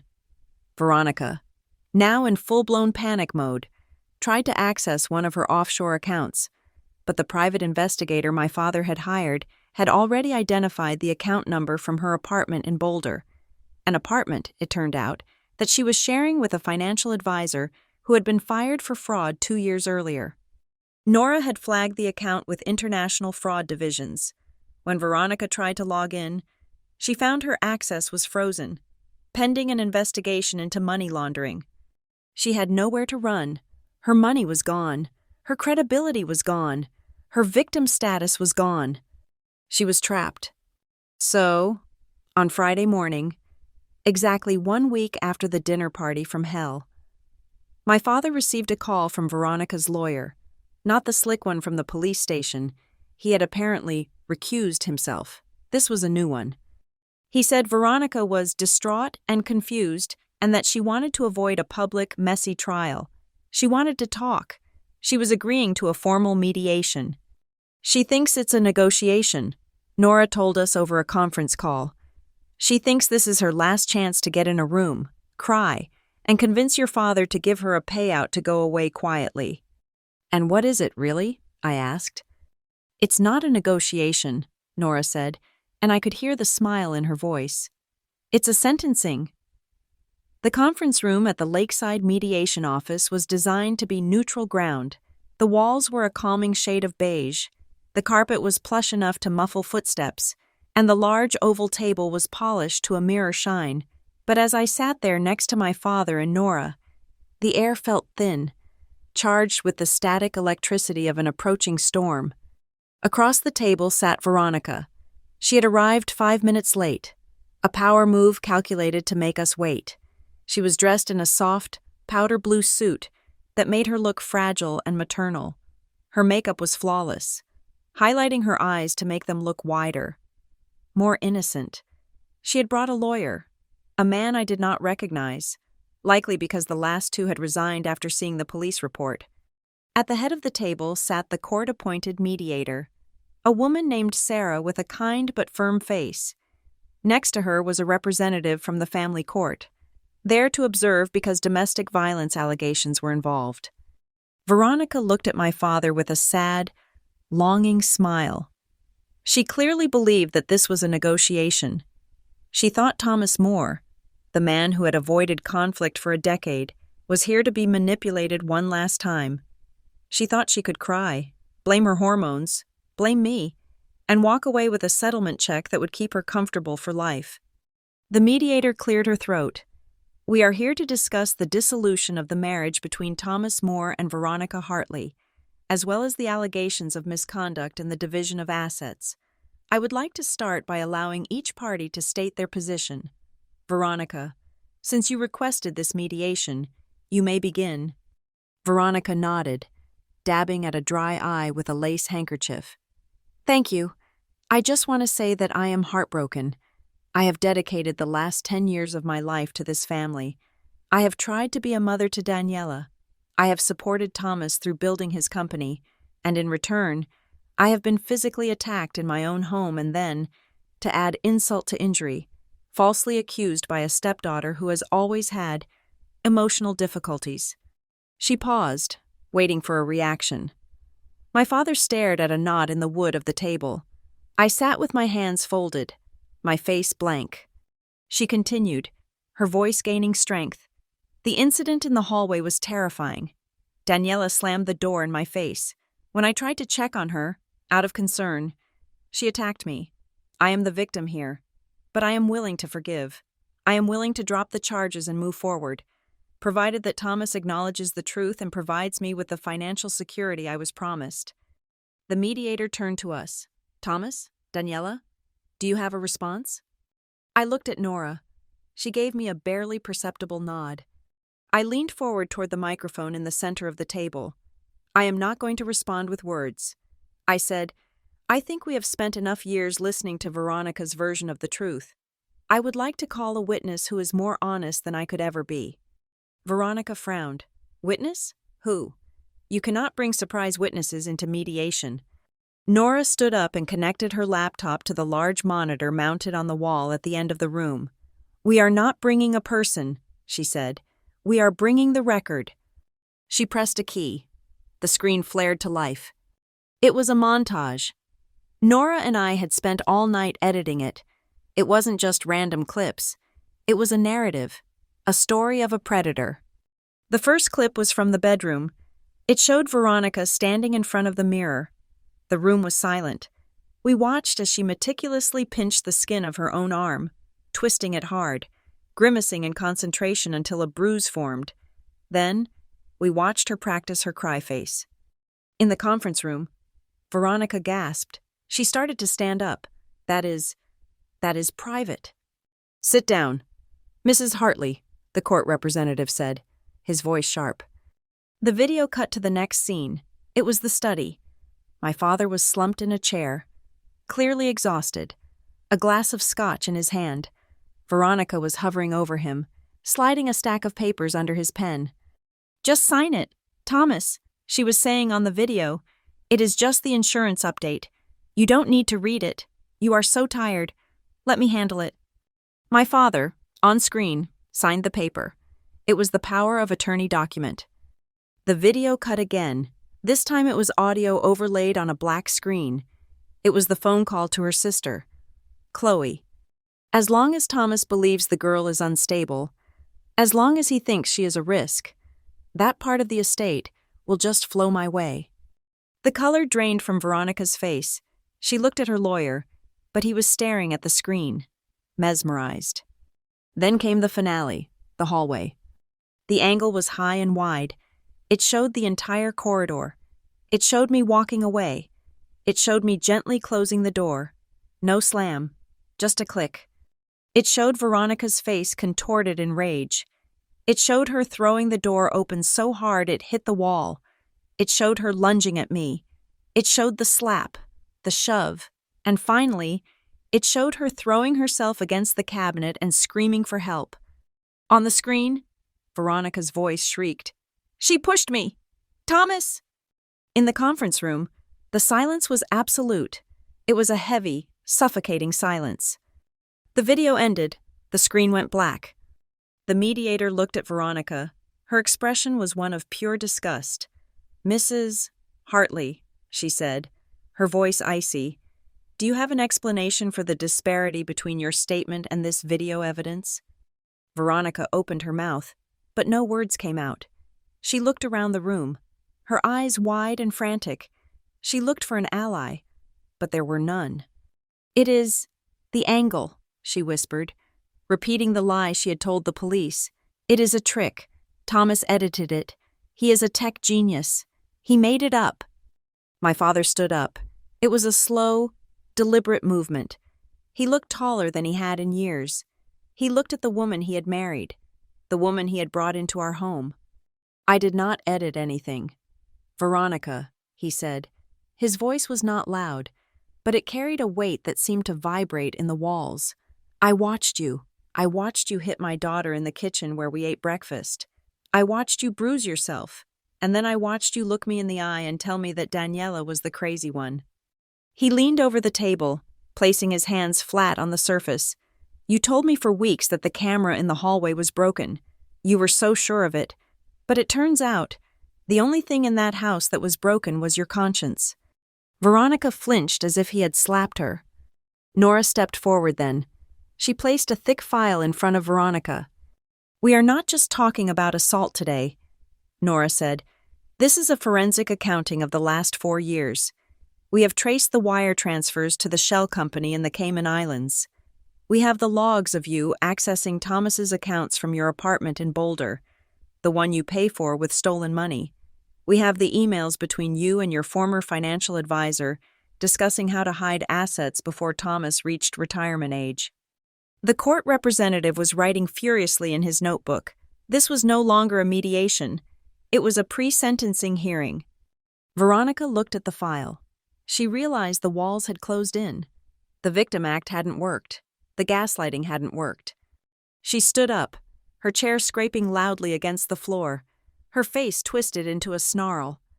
"You think you can do this to me?" she screamed, her voice shrill and ugly. "I was a victim of this marriage too. I had to live with his coldness. I had to deal with his brat of a daughter. I deserve that money. I earned it." She pointed a shaking finger at my father. "If you try to leave me with nothing, I will go to the press. I will tell them everything. I will tell them you abused me. I will make up so many lies that you will never be able to show your face in this town again." Nora didn't even blink. "Everything you just said is being recorded." "Veronica," Nora said calmly. "And as for the press?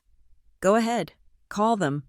But I should warn you, reporters are usually much more interested in the story of a wicked stepmother caught on 4K video beating her stepdaughter than they are in the ramblings of a woman facing felony embezzlement charges."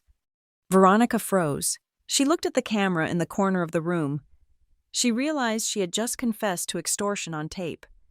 My father spoke again. This time, his voice was final. "I am filing for divorce on the grounds of adultery, fraud, and abuse.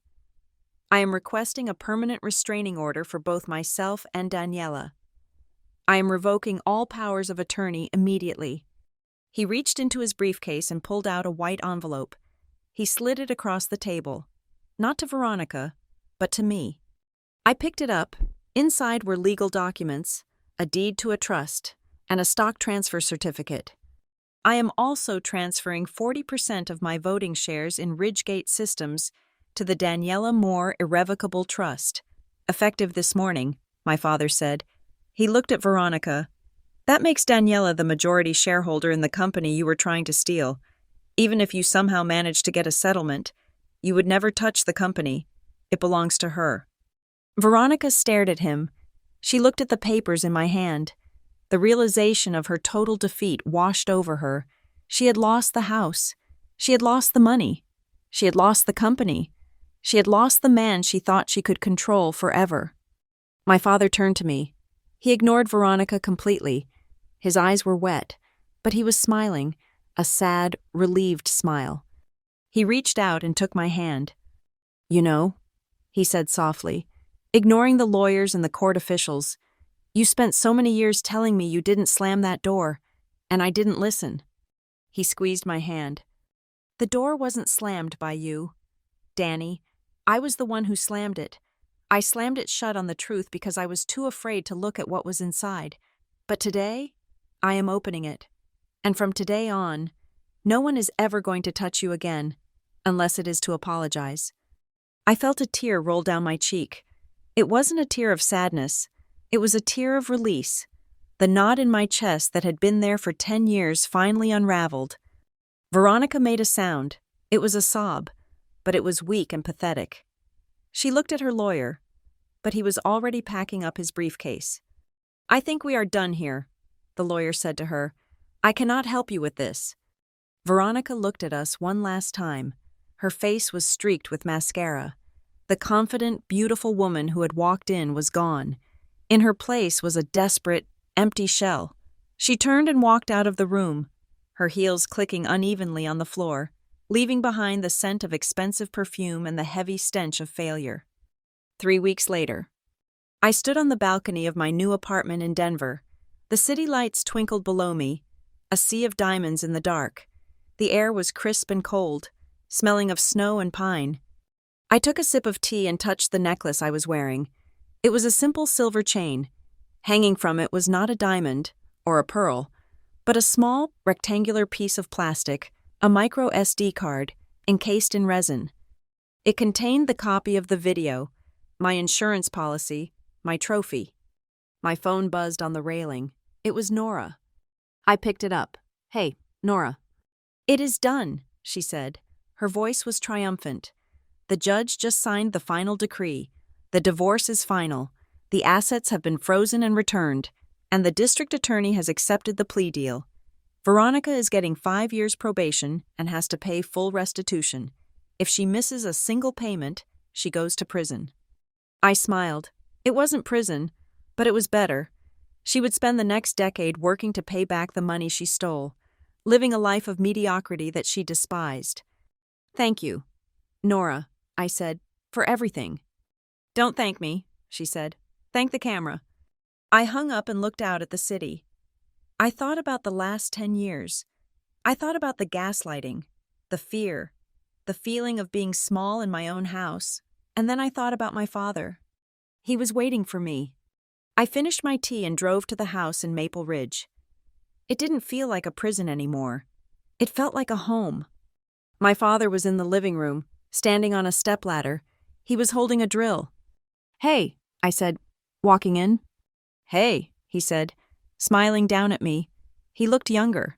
The gray in his face had receded. "What are you doing?" I asked. He pointed to the corner of the ceiling. "I am installing a new camera." I froze for a second. The old fear flickered. He saw it. He climbed down the ladder and put his hands on my shoulders. "Not for us," he said gently. "Not to watch us. This one faces out. It faces the street. It faces the world." He picked up the camera. It was small, white, and innocuous. "This isn't to keep you in line, Danny," he said. "This is to keep the bad things out. We are protecting our peace now." I looked at the camera. Then I looked at him. "Okay," I said. "Let's put it up."